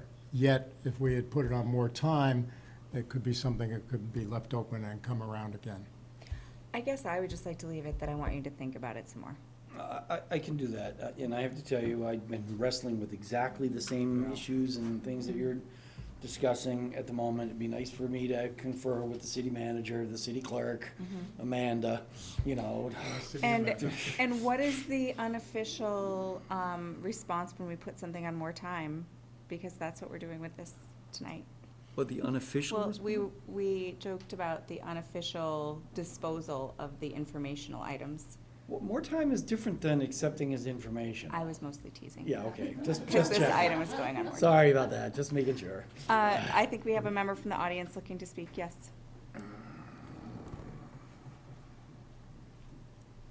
Hi, Mike Remy, I live on Castle Street. Reading through the language on there, it seems like you would be potentially covered, and I'm curious if you would be covered under the fact that it's identical language, so arguably if it was a different applicant, different location, different whatever, it's not identical, even if it was very similar in the case of the example you gave of sidewalk licenses. If it's not the exact same request, it's not the exact same request. And on the other side of that, I guess the question is, wouldn't that be council's discretion to determine if it's identical or not? And at some point, you could just say it is or it is not identical, and therefore we do or do not want to hear it? Well, where do these identical items get weeded out? At council with the mayor would make that decision? Well, it would be a communication that comes in. And the And I mayor know would that, make a determination that it's not gonna go to a committee, that it, well, we are Gets reluctant, accepted as and I know information. that, and I'm gonna speak for Patty now. We are reluctant when a communication comes in, unless it's clearly not something we would put in front of the city council, to make a unilateral decision not to do that. Right. So what I would do, and I appreciate that comment, and that's why, I was focusing in my head on the identical as well, because it's really true. It's just like in land use, you get the variance here, but you don't get it over there. Well, it's a different piece of property over there. And what I could do in thinking about it is, tie the accepting as informational, and I think it is already, it comes right back into, the city council shall determine whether a change is, if it's not an identical application. It goes into the materiality thing. correct. That we would have to consider.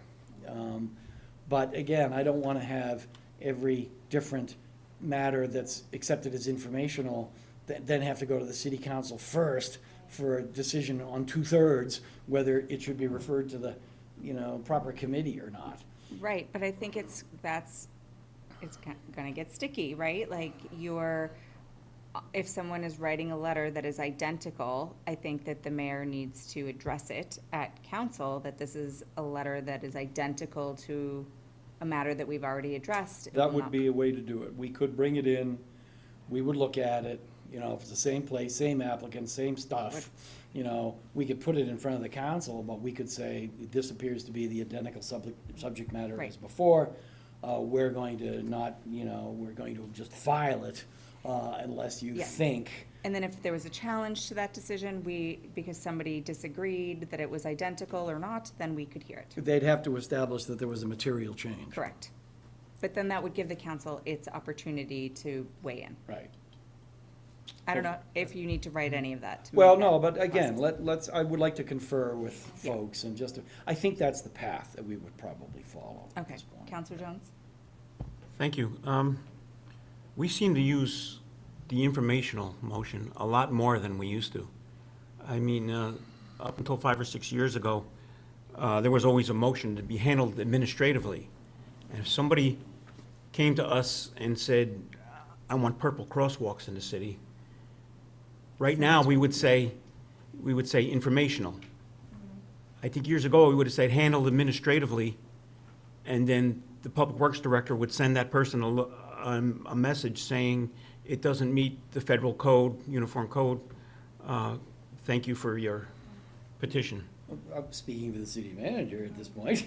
My perspective on that would be that you're sending now things that we really don't need to deal with into the city structure for purposes of having to do something. Right. And would not be better. Right.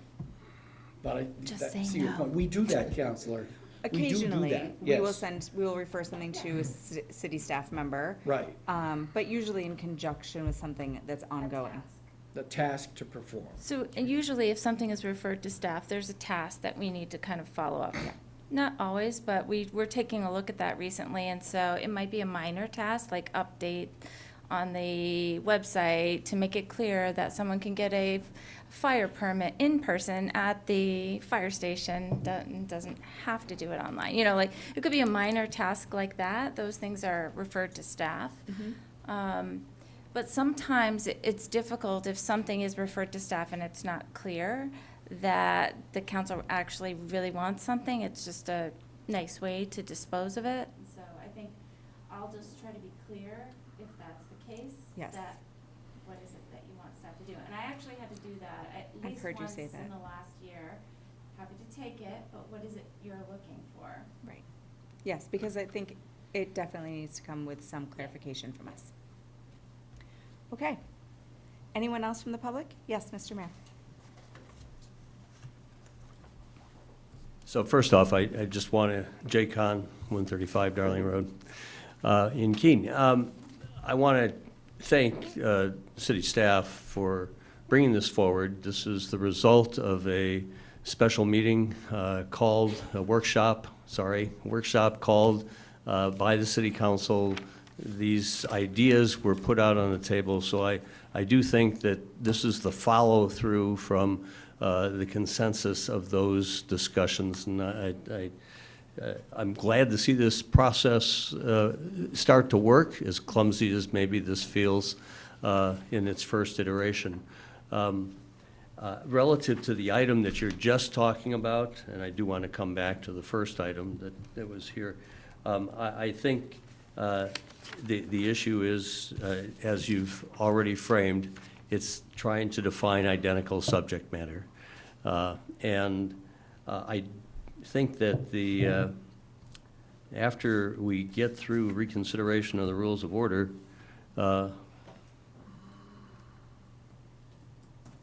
after that clause, I think the rest of this starts to get clumsy. And that's probably where the council, I think you began to define it. There'll be a recommendation that comes forward to the council on the disposition. If the council wishes to challenge that initial decision, it shall follow a certain process.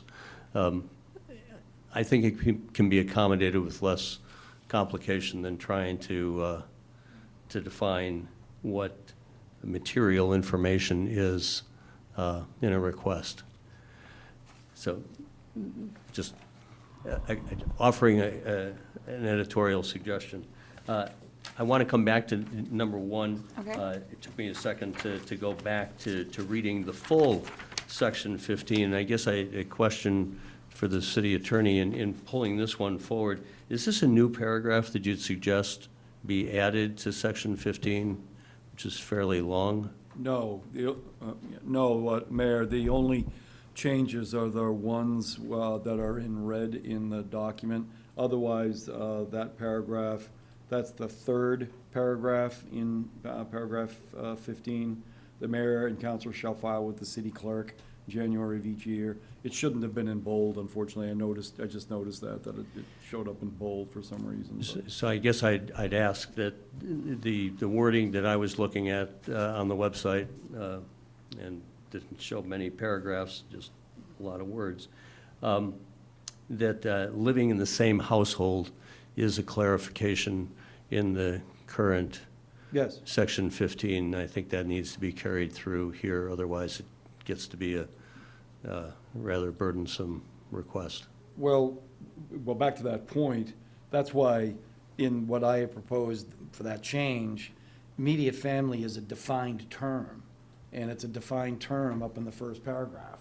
That's why I just carry it through as immediate family member, because that way you don't have to restate what an immediate family member is in each one of the paragraphs where you reference it.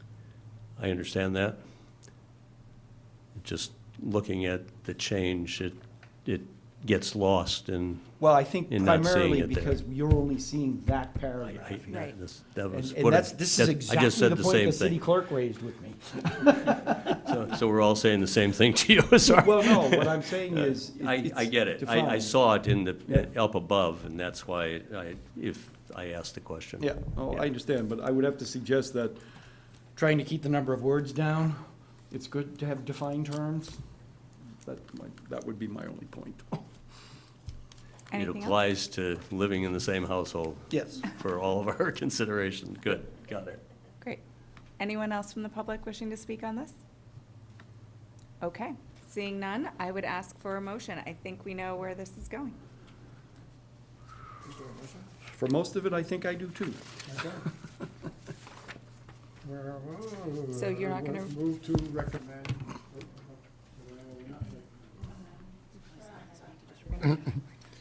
Yeah, no, I got that part. We move to recommend that the amendments to the rules of order be sent to more time. Second. I have a motion by Counselor Haas, second by Counselor Jones. Any questions? Seeing none, I would ask for a vote. All in favor? And that is unanimous. Yeah, right. But they don't want to. Okay. We still have a couple of big ones that we're gonna get through tonight. If anyone needs a break, please just let me know. Otherwise, I'm gonna try to push through so we can get out of here. The next item is relating to the Cottage Court Overlay District, Ordinance O-2024-01. I believe we have Mary Brunner, welcome back, and Jesse Rounds here to just let us know where we're at in this process, and we can get ready for a recommendation. So thank you, Madam Chair. Mary Brunner, Senior Planner. Happy to be back. Jesse Round, Community Development Director, and happy to have Mary back. So this item tonight is an ordinance that I'm actually quite excited about as a planner. This was something that was really fun to work on. We got to work with a great consultant who I believe is on the line in case we do have any questions.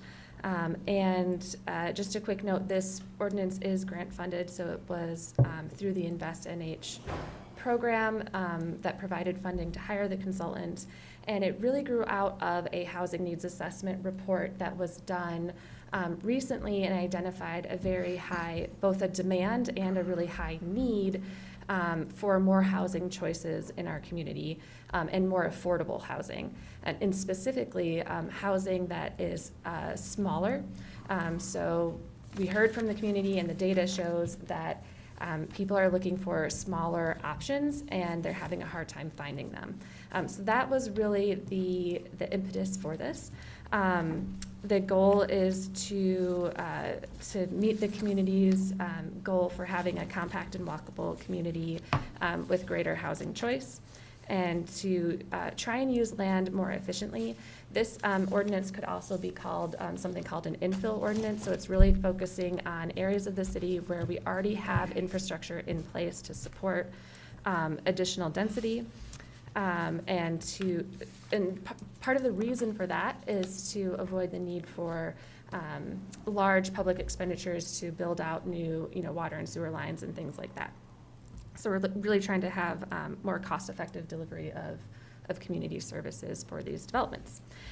So This item went to a public workshop with the Joint Committee on March 11th. There was a public hearing held on April 18th, and now it's back for the PLD Committee to come up with a recommendation. I'm happy to answer any specific questions. I believe there were, I wasn't present at either of those meetings, but I did read through the notes and saw that there were a number of items that were discussed with regards to this ordinance. One that sticks out to me was the conversation about short-term rentals, Airbnb, and I believe the consensus of the Joint Committee was that that really should be handled citywide and not through this specific ordinance. But that is one of the concerns that was discussed. And I think another discussion was around these developments occurring on sites where there's already existing structures. I believe that there were a couple of minor amendments to the wording that addressed those concerns. So the ordinance has a cap on the overall unit size, and that would only apply to new units added to a site. I think that really, those were the main issues that I saw, other than there was also a discussion around should this type of development be allowed in rural areas of the city where there isn't city water and sewer available. And I just want to note that this ordinance really was designed for areas where city water and sewer are provided. It's kind of going back to those smart growth principles of densifying and making a more compact, walkable environment for residents, as opposed to having more greenfield development. But I think what I was reading in the minutes is that the committee came to a consensus that this ordinance could move forward as is for now, and then there's always the opportunity to come back to it in the future and amend it if it's deemed appropriate at that time. So I think I summarized what I saw in the minutes, but happy to answer questions. Yes, great. Well, thank you. We did have lengthy discussions. We've held our public hearing. We won't be taking any additional public comment on this tonight. This is really for the committee to deliberate about this, and I know we have had lengthy discussions at Joint Committee. I'm hoping that our committee members are comfortable with the language that we've included. Getting it this far, there is a process that's related to the grant and some timing that I think we're well within the scope of what we're comfortable with right now to get something through to the full council for a recommendation. But that is an important factor in why we haven't torn things apart and put them back together. And I just want to remind the committee of that. So after our lengthy conversations, I'm very comfortable with the language, very excited to see this coming forward, and definitely would support it. Madam Chair, Yes. one thing, Jesse Rounds, Community Development Director. One of the benefits of having Mary back and having the city clerk in the room with us tonight is Mary pointed out an error in our Scrivener's error. And I want to just point it out because Okay. Patty suggested that I mention it. In Roman numeral 2 of the official text, I believe it's page 18 of 24 of the packet. It says that section 2.1 of Article 2 be amended as follows. Article 2 through, and then in the text, it's highlighted 18, crossed out 19. That should be reversed. We're making it 2 to 19 of this LDC shall constitute the official zoning ordinance. So 2 to 18 is what it is now. With this new chapter, it'll be 2 to 19. So just switching those numbers. City Attorney, are you comfortable with that? Sure. Okay. Thank you. I think we should send it back to the Joint Committee. Start from scratch. Start from scratch. Start from scratch. Thank you. New public hearing. Okay, so I think we're comfortable making that amendment. That's pretty simple. Question? Yes, Councilor Haas. Thank you, Madam Chair. On page 16 of the packet, under conditional use permits, B, parking. Just question, so we have a minimum of 1 space per unit required, but a maximum of 1 space per bedroom is allowed on site? Correct. We limit to 1 space per bedroom. We can't have more? Well, the idea is that you don't cover your lot with parking, you use it for units. Yeah. And that, just to clarify, that's for on-site parking. So again, a big a piece of this ordinance is trying to use land more efficiently and get more housing out there.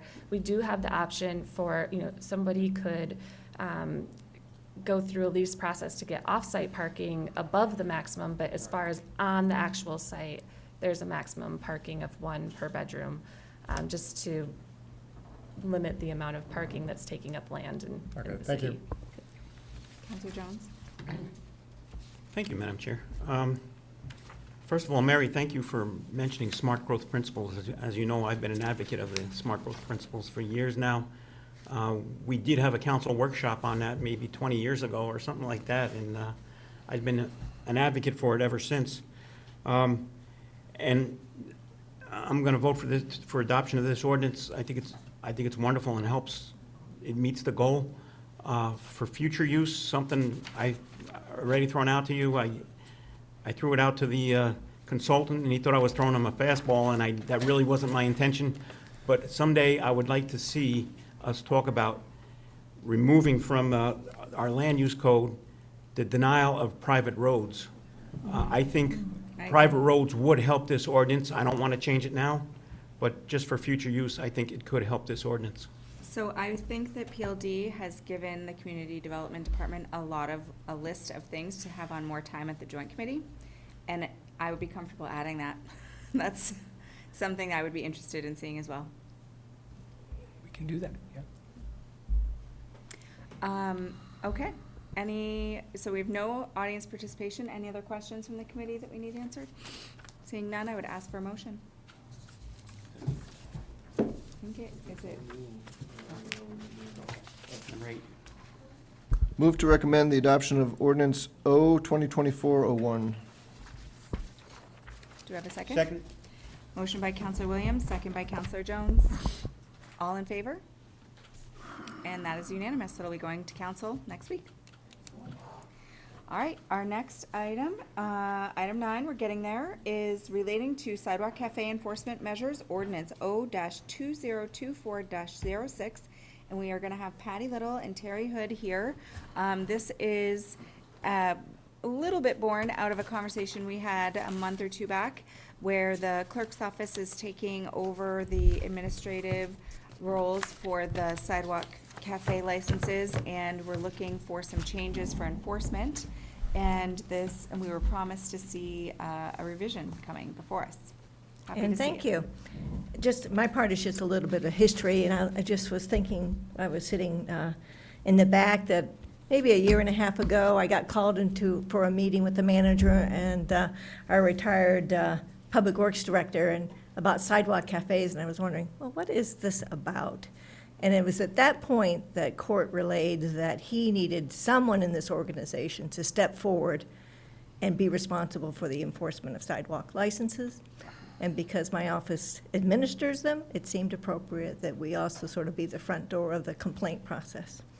So I agreed with that, but I also took the opportunity to say, well, if we're going to do this, we're going to sort of reassume our leadership role in this cafe licenses, because it had sort of gotten a little more toward the public works side over the last few years. So with that, Terry sort of developed our guidelines for sidewalk cafes, and she modeled it both by looking at all the various conditions on the licenses that we've issued over the years, and modeled it after the parklet ordinance. So that was really helpful as we sort of embarked on our relicensing effort. We have about 20 licenses, sidewalk cafe licenses, and it really sort of starts with the application process being mailed out sort of at the end of the winter. And this year, we asked for all the applicants to be ready with all their fixtures in place by April 1, so that there could be a site inspection by representatives from fire and code and, or rather, community development and fire. One other, Public Works. Unfortunately, we had a snowstorm, so that sort of delayed us. So the fixtures were out there, tables and chairs were out there. We did a sort of a site visit, and using this checklist guidelines, it made very quick work of asserting whether there was the ADA requirements met and the distance around any kind of encumbrances. So it was a very efficient process, and much to our appreciation, those applicants that could adjust, that needed to adjust on site, something that wasn't quite right according to sort of the dimensions of our avoiding other structures, they did so, and we appreciated that. For the one or two that was sort of a little heavy lift, we did agree to go back and just confirm that they're all set, and that did happen as well.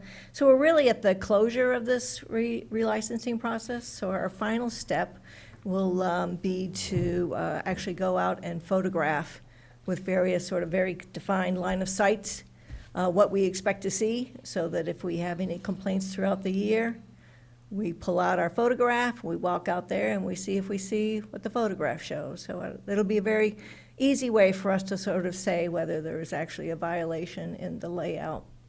And the sort of in the back of all this process, we have reached out to our fire marshal, Rick Wood, and asked that maybe he help us on the back end. So there's, a complaint form that needs to be developed. We have to sort of think about the internal communications between city staff. How do we communicate with the license holder? What kind of notice do we give them to comply? And what happens if we can't reach compliance? So there's still some sort of work on the back end to do, but we are bringing closure to the relicensing this year. And so Terry's going to talk about the ordinance that she and Amanda drafted. And I think it really goes a long way in replacing what was a paragraph of maybe 3 or 4 sentences with something that's quite more complex, and I think will really suit our needs much better. Thank you. Great, thank you. Hi, so Terry Hood, City Clerk's Office. I did work on this draft with the legal department. I'm thankful for their support with that. I did do quite a bit of research on other communities and how they handle enforcement measures in their locations. Particularly, we looked at, I believe, Concord, Portsmouth, Nashua, Manchester, some of the bigger communities in the state, and then we also looked outside of the state. So we did have a basis for some of what's in here. Some of it really more fits our situation. So I think we had to sort of bring those two together and come up with something that works for Keene. This was prompted partially by, I was here in March when a letter was submitted with some issues that were raised. This ordinance does not address all of those issues. Some of those issues are related to things like extending beyond a storefront onto another property. Those things, it didn't seem like that was something the committee wanted to see change right now, so we didn't do that. Another point that was raised was the operation of TVs in these spaces. That is something that we don't regulate in terms of allowing it to happen. However, they are not allowed to hook their TVs into city power. So if they can run safely and by, subject to the parameters of city code in a safe way, electricity to the site, then they can do that. I think the one thing we would like to add to our guidelines is some language about how they're orientated so that it doesn't cause a safety issue with traffic.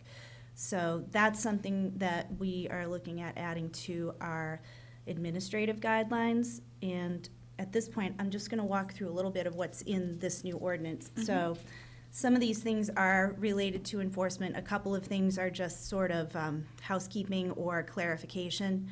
One of them is we have changed the section about petitions from a party that feels they've been aggrieved by the licensing process. Maybe they've been suspended or revoked for some reason. These would now go to the city manager under the new language, and she would be charged with hearing whatever evidence they may bring forward and determining whether whatever the licensing authority did was actually the right choice for that situation. So that's one new piece. The other thing we have changed, the sort of housekeeping, is the term of the license. It's currently March 1 is the date that these renew. In practice, we really can't have them start until April 1st anyway, just because of the snow and street maintenance period still being in effect. And we have something that wasn't in here before. The end date would be November 1st now, which also coincides with snow and street maintenance.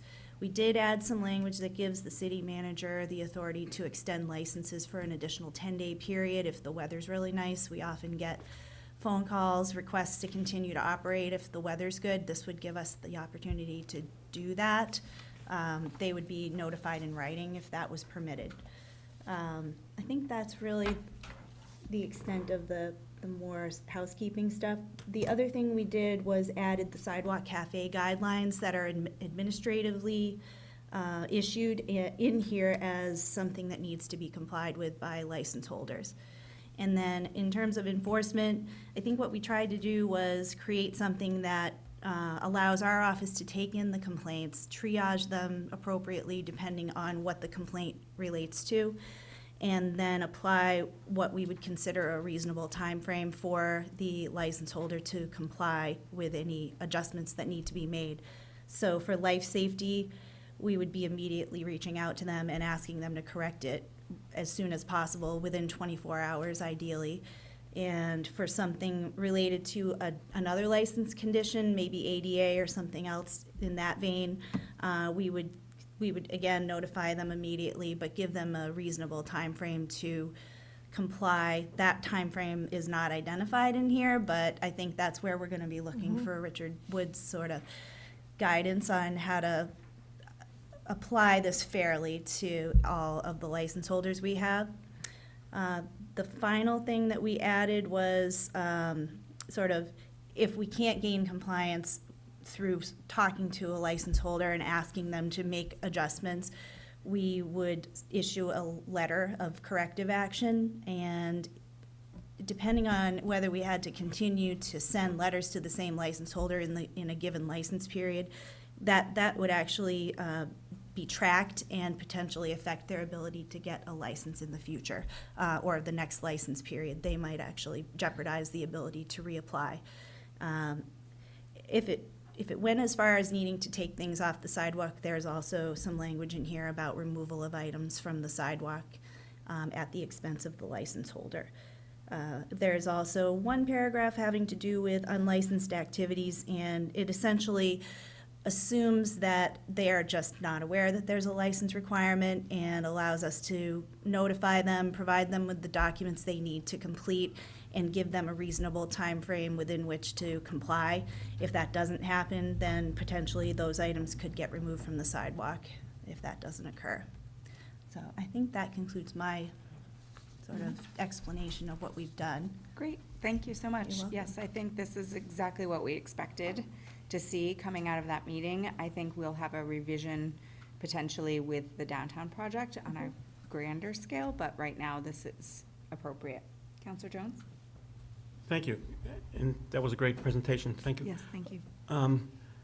But I do have one question, the definition of licensing authority, because if it's a reissued license, the clerk's office is the licensing authority.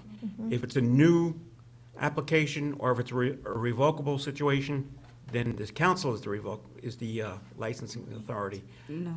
So the way Only for these alcohol. work, in the first license year that an applicant wishes to serve alcohol, we send them to council, and in the years that follow, that permission is assumed after that unless there's an issue, we continue to allow them to do alcohol thereafter.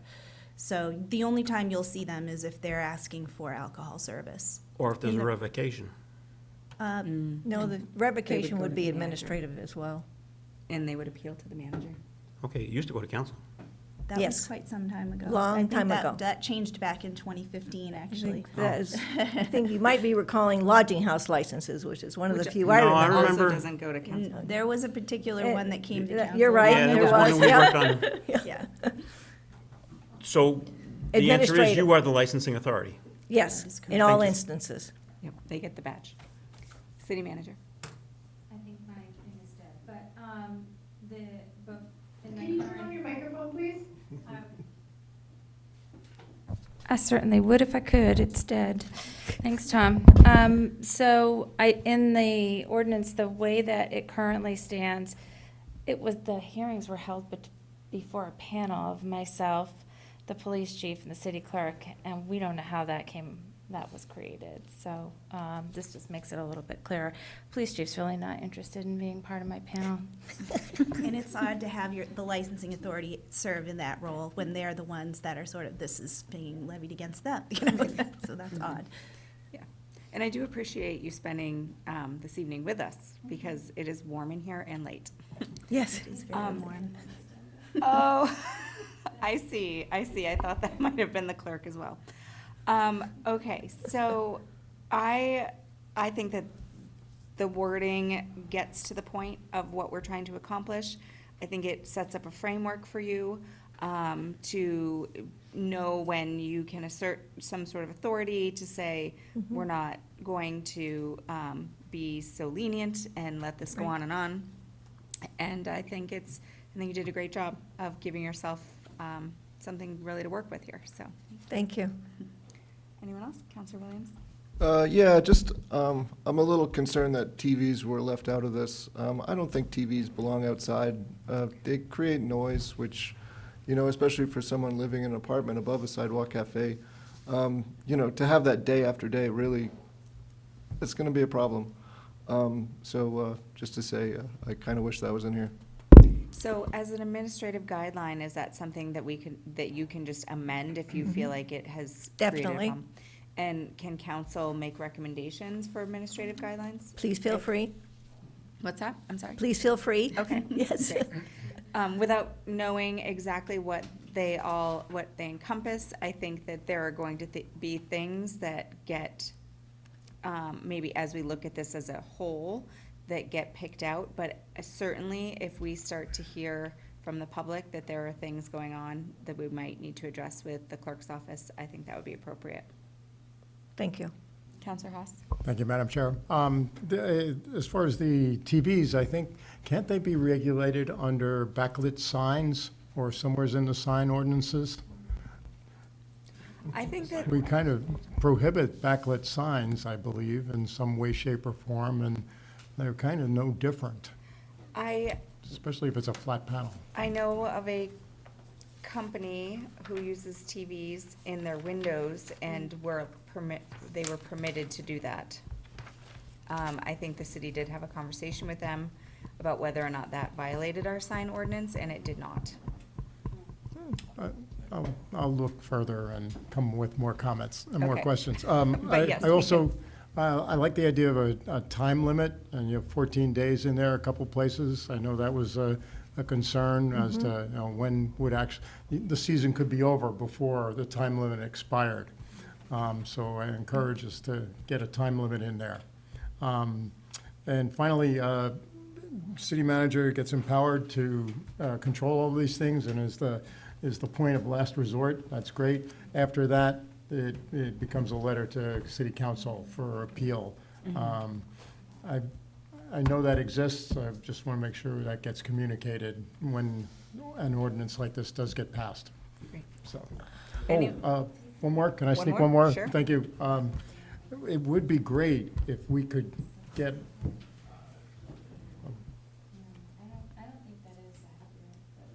I want to clarify, Counselor, what you just said. Which was, To make sure that we all understand it. I mean, The process goes through to the city manager, but it doesn't then come back up to the city No, council. it stops at city manager. Right. Which is great, all the authority to do so. Right. After that, if the licensee was unhappy or whomever, they would come to city council directly for appeal. no. No. No, they can't send a No. letter in to. They could send a letter in, but we would tell them that the appeal process concluded with the city manager at that point. So that's it. So could we get a report of such things that got denied over time? So when something is canceled out, that we know about it and we can field questions on it? Yeah, sure. I would be happy to let you know if something is denied or revoked. Revoked is probably more of an issue, but even so, we've had in my 7 years, one threat of revoke.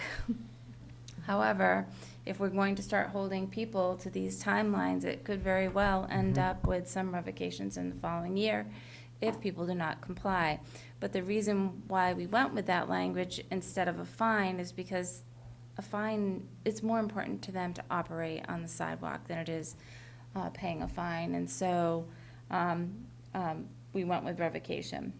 Yeah. Now, if there was something that we were enforcing as part of our guidelines that they didn't like, I suppose they could write a letter to change how we're doing sidewalks, or, change our ordinance, or come in some other manner to deal with an issue that they're having with the way that we're administering sidewalk licenses. But the direct appeal would not be an option. So I would just ask that we get a report of anything that gets revoked. Revoked. Or we'll start with that. I'm sure you'll hear the howling. Yes, from the street. Thank you. Yes. All right, we're going to go to the public now.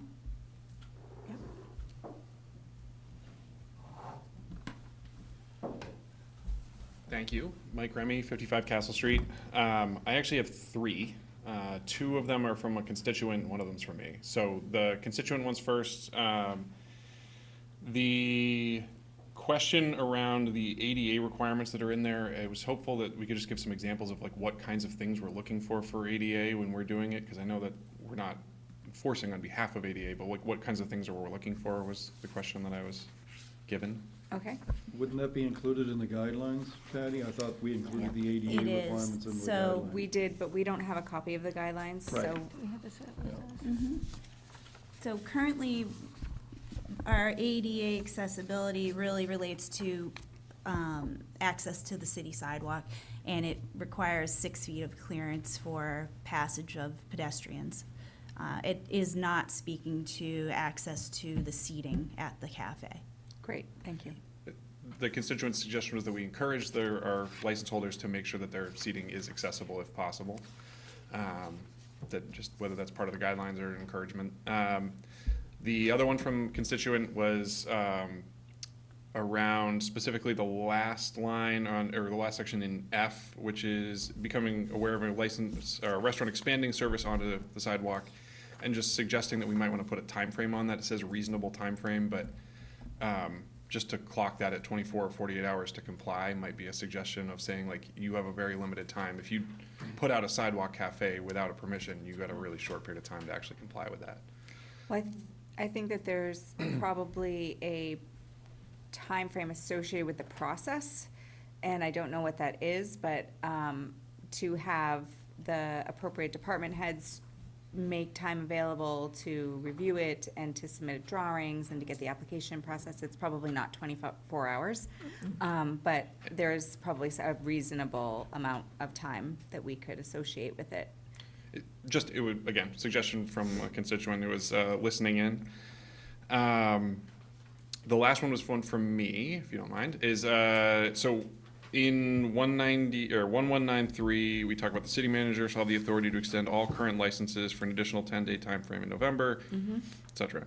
I would be curious if the committee, I'm trying to phrase this question, if the committee would be open to changing that to, for additional 10-day timeframes, weather permitting, notice of such extension shall be provided to all licensees in writing prior to November 1st or the expiration of the prior extension. We're having warmer and warmer weather. November 11th isn't that far from November 1st. I don't know if it makes sense to give the city manager the authority to continue to extend that in 10-day periods as we see weather being cooperative. It would also affect 461194. Potentially, you could adjust that to say unless, well, you could leave that alone as well, the way it's written, but. So I did think the same thing.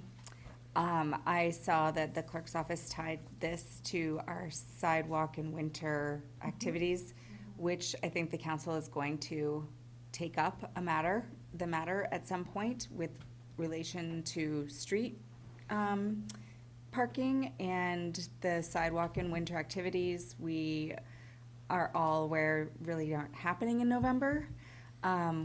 We were hoping for, New Year this year to have snow.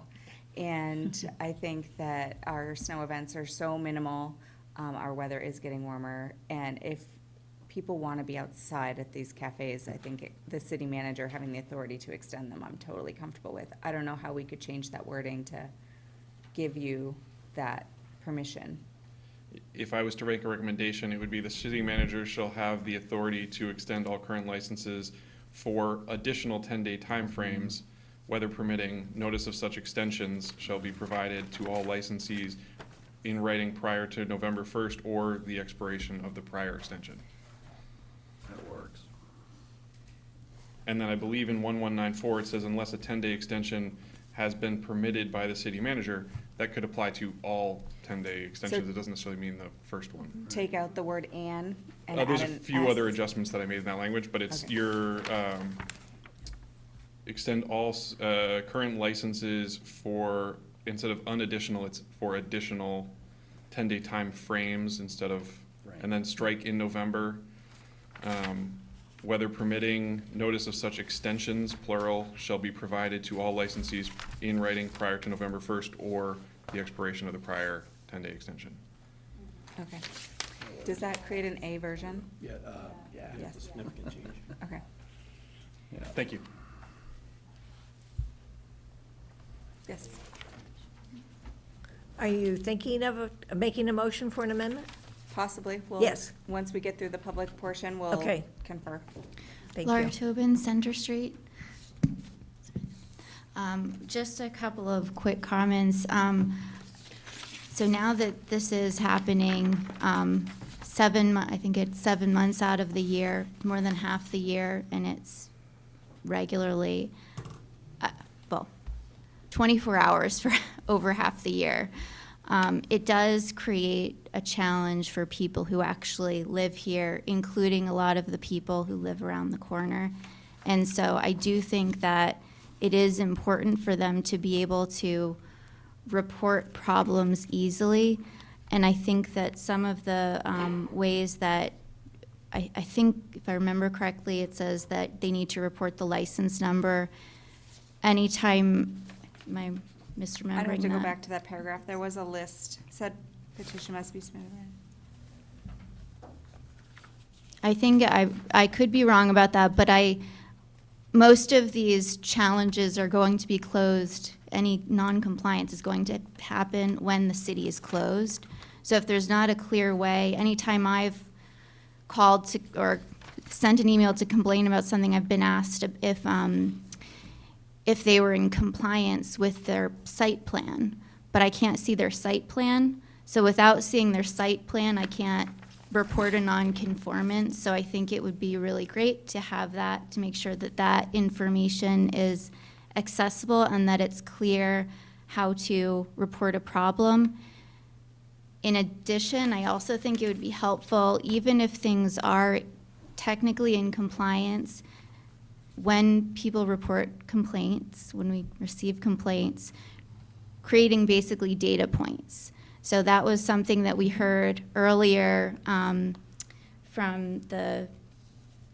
regarding the social host ordinance, that she has trouble getting numbers to report. So I think it would be helpful in terms of if we received, say, a bunch of complaints about smoking or TVs or any other things like that, that we would be able to start creating just data marks, and that maybe if enough things came through regarding, say, smoking, that would be something that would need to be addressed. So, thank you. So I don't know that smoking on sidewalk cafes is not permitted. I mean, it's outdoor. Smoking is permitted in sidewalk cafes. In sidewalk They cafes. just have to have a smoking receptacle if they're allowing that. Okay, that's what I thought. But many of them don't allow it, just as a As a practice. anecdotal information. Sure. So just as a follow-up to that, with the smoking, in certain areas, because there are the umbrellas, it does, and you're walking down the sidewalk, the smoke can build up under umbrellas. And then as you're walking through the sidewalk in the open area, you're walking through all of this smoke. So that could, I've heard different people, and also I've experienced that. Yes, I know. It is a sensitive conversation. We've had it over to do with downtown in general, with parks. It's not something that the council has prohibited. And I don't know that would be my first thing when we rewrite, that I would probably lean on. There are a few things that we can do for sure when we rewrite this ordinance overall.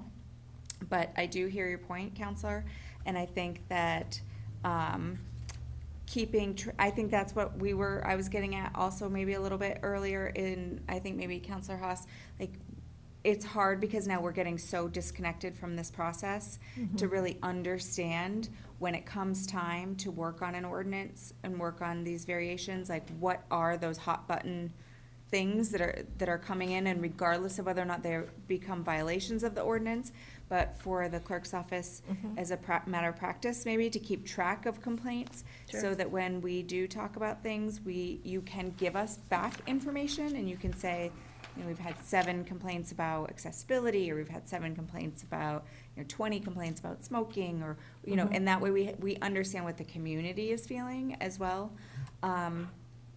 If people are gonna be directed toward your office to make those complaints going forward. Happy to do so. Awesome. Yes, City Manager. Not to prolong the conversation, but I do think we also need to find a way to make sure they are legitimate complaints. Sure. Because I think that there are people who will try to game that system. Yes, yeah, and I agree with that, for sure, yep, okay. All right, so, is anyone else looking to speak?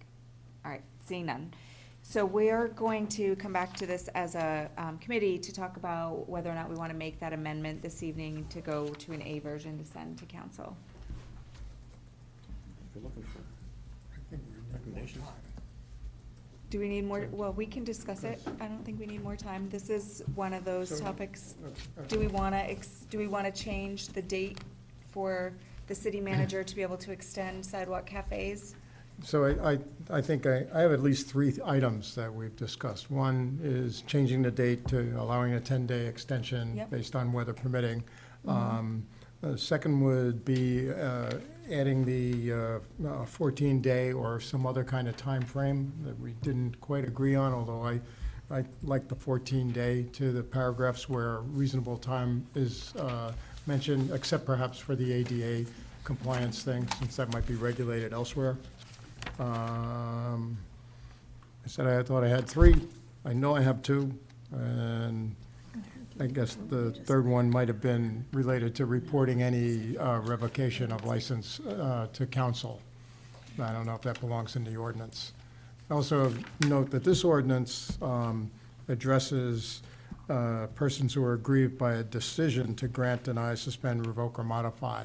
It doesn't address complainants that might think somebody's out of compliance. I think those complaints now go to the appropriate licensing official, or governing official, and they don't need all of the things about the license number and everything else. Just call up and bitch. So- Yes.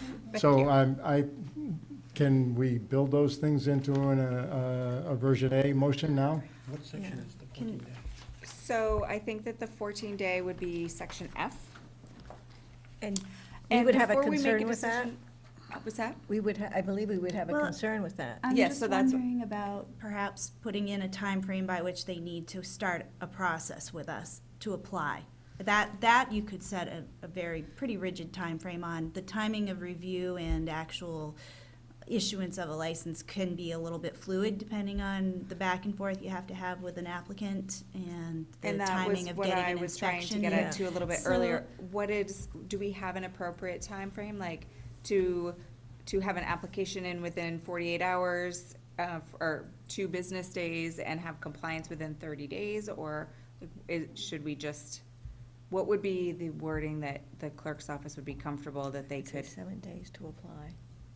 Maybe 7 days to apply? 7 days to apply? That Okay. seems reasonable. It takes time to put these sketches together anymore. We're asking them for quite a bit of detail and for them to be sort of scaled so that they're not messy and hard to read. So that does take a little bit of time for them to do.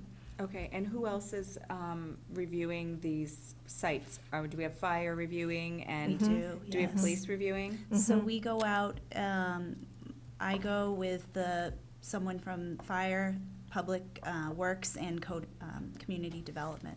Okay, so that all takes time to coordinate schedules. Definitely. Correct. City manager? Maybe we could say up to 7 days, because what I've seen recently is some licenses that we have every single year still not apply in a timely after several prompting. And so it's not that they need time to figure out where they're going to put their things. They've done it before. They just didn't comply. And it took several prompts for them to submit their license. Okay. So maybe if we had up to 7 days, depending upon if it's a renewal or not. So again, that's in paragraph F, correct? That's in paragraph F, yes. Thank you, Madam. I'm more concerned with the enforcement section. I should have specified, 1195 is where a restrictive time limit should be applied. I thought that's what we were talking about. That's what we're talking about, section F. Okay, but not as far as issuing a new license. This is, yeah, not having a license in the Right. first place. That's, Right. And so what I was referring to is, so we have someone that normally has a license. They put their things out there. They didn't get a license. They didn't follow the several emails that they received, the prompts that they received to do it. We then contact them and say, we've noticed you put it out there, you need to submit your license. They still ignore us. And so for that, I was saying, for renewals, that should be up to 7 days. I honestly think 14 days is excessive. Okay. less is good. Does that also cover notices of corrective action then? I think What that's why section are we you in? would really like to work with Richard Wood on what seems reasonable and what timeframes should apply, depending on what the infraction is. I think that we're gonna be triaging these and sending them to departments to review. So their review's gonna take whatever amount of time it takes. We didn't want to apply a set time frame for every single scenario, so we were trying to keep this a little bit more fluid in the ordinance itself, but in the background, as we're framing this thing out with policy, that's where we would apply some timeframes that seem reasonable, but depending on what the issue is, if that makes sense. I would say if we move this forward with the language reasonable time frame in section C, that you also make it a note as you're moving through this process, so that when we do this rewrite, we're probably 2 years out, that you have some data and we update that. Counselor Williams? Yeah, just to say, I'm pretty comfortable with the phrase reasonable timeline as opposed to specifying 7 or 14 days.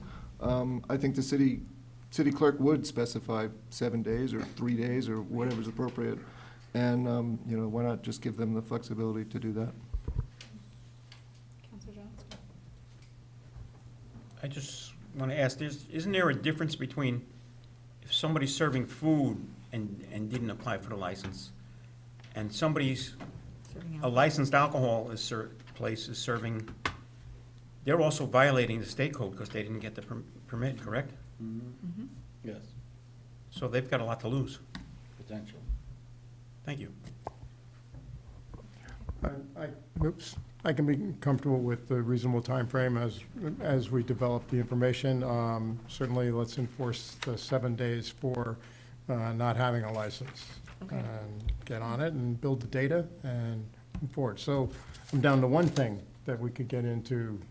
Oh, I guess that we have two. One is adding the 7-day time limit for not having a license. And then second is to, The authority to extend. I'm sorry? The authority to extend the. Yes, the authority to extend the 10 days.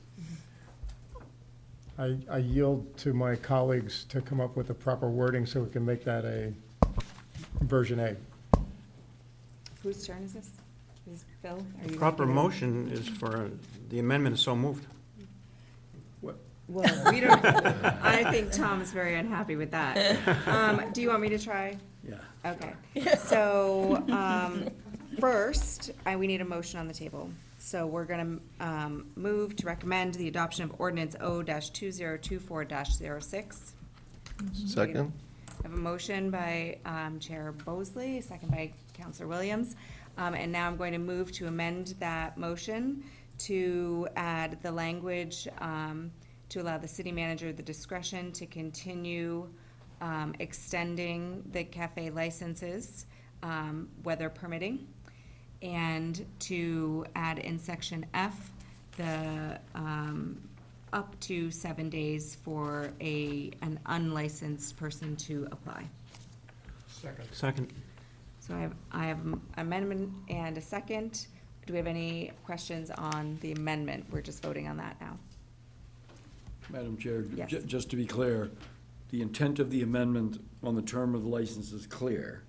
We will insert into the language what we specifically talked about. Yes. Yes, just to make clear for the record.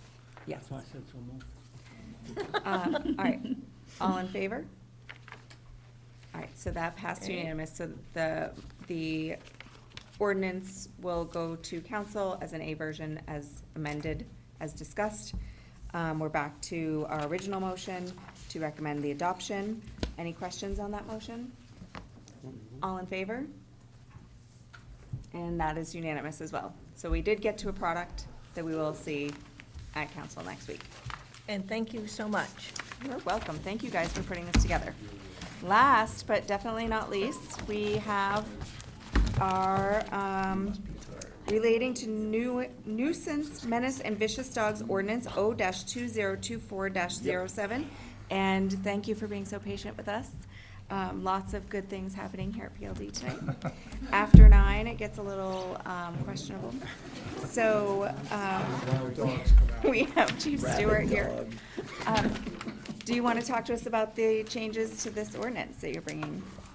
So yeah, there's a few changes in here. The substantive portion of it is just within the forfeiture amounts that really just bring us in line with what state law allows, and the rest of it is sort of housekeeping stuff that's pretty self-explanatory. Do we have any questions? Thank you, Madam Chair. I thought state law allowed a $1,000 fine for a second offense by a vicious dog. And are we going to the maximum for a second bite on a vicious dog? The attorney is saying Yeah, yes. that's what the statute provides. That was it, 400? Okay, I was misinformed. Counselor Williams? Thank you. Can you explain to me the difference between a nuisance dog, a menace dog, and a vicious dog? Succinctly, I would say barking, growling, biting. That's a good explanation. That was pretty good. I'm not sure I'm right. I'd have to read it. It was, Counselor Williams, it is listed in the ordinance very clearly what each one is. Do we want, yeah, is that something simple we can do? When we originally 1035. reviewed this ordinance with our petitioner, I recall it is in there. Yeah, it is very clearly. Yeah, I was just hoping to be reminded. I'm concerned that we might be coming down a little heavy on barking dogs, but I see. Let a barking dog lie? Well, so I have learned some things about barking dogs. I also feel like the dog, there was some nuanced language in the ordinance in regards to how long the dog needs to be continuously barking in order to reach the level of nuisance, which I've now sent this to a couple of folks that rent from me. Perfect.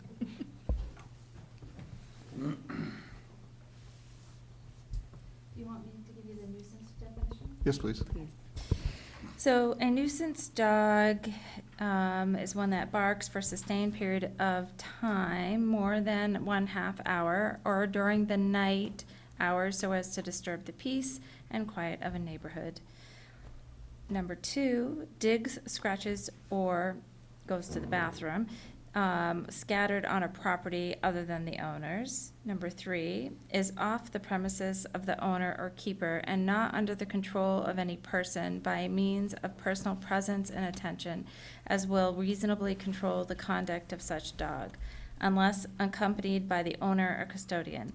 This subsection shall not include a dog which is being used for hunting, herding, supervised competition, or exhibition or training for such activities if accompanied by the owner or custodian, meaning that the owner or custodian must be able to see or hear the dog or have reasonable knowledge of where the dog is hunting or herding, or where training is being conducted, or where trials are being held, provided that such dog does not have to be within sight at all times. So, I mean, it is the barking, but it's also some other things about keeping the dog under control. And off other people's. And off other people's property. A menace dog, boy, you were pretty good, Chief, right off the top. Growls, snaps, runs after or chases a person, runs after or chases bicycles, motor vehicles, motorcycles, or other vehicles being driven, pulled, or pushed on the public ways of the city. A vicious dog is a dog that is adjudicated to be vicious if it, whether alone or in a pack, whether dog bites, attacks, or preys on game animals, domestic animals, fowl, or human beings. So it's, you were spot on. That was pretty good. Yeah, what can I say? Ah. Is that helpful? Are you comfortable with the language now that you understand the specifics? Yeah, I think it's a little high, but it is the state recommendation, so let's just go with it. My turn. I move to recommend the adoption of ordinance. You gotta give me 1 minute till I can get to the public. But we're all right there with you. He's in a hurry. Anyone from the public wishing to speak about this one tonight? We still have a couple members left. Nope? Okay, all right. Now you're on. On the right one. I move to recommend the adoption of ordinance 2024-07. Second. A motion and a second by Counselor Jones. Anyone have any questions on that motion? Seeing none, I would ask for a vote. All in favor? And that one is unanimous. We'll see that one at council next week as well.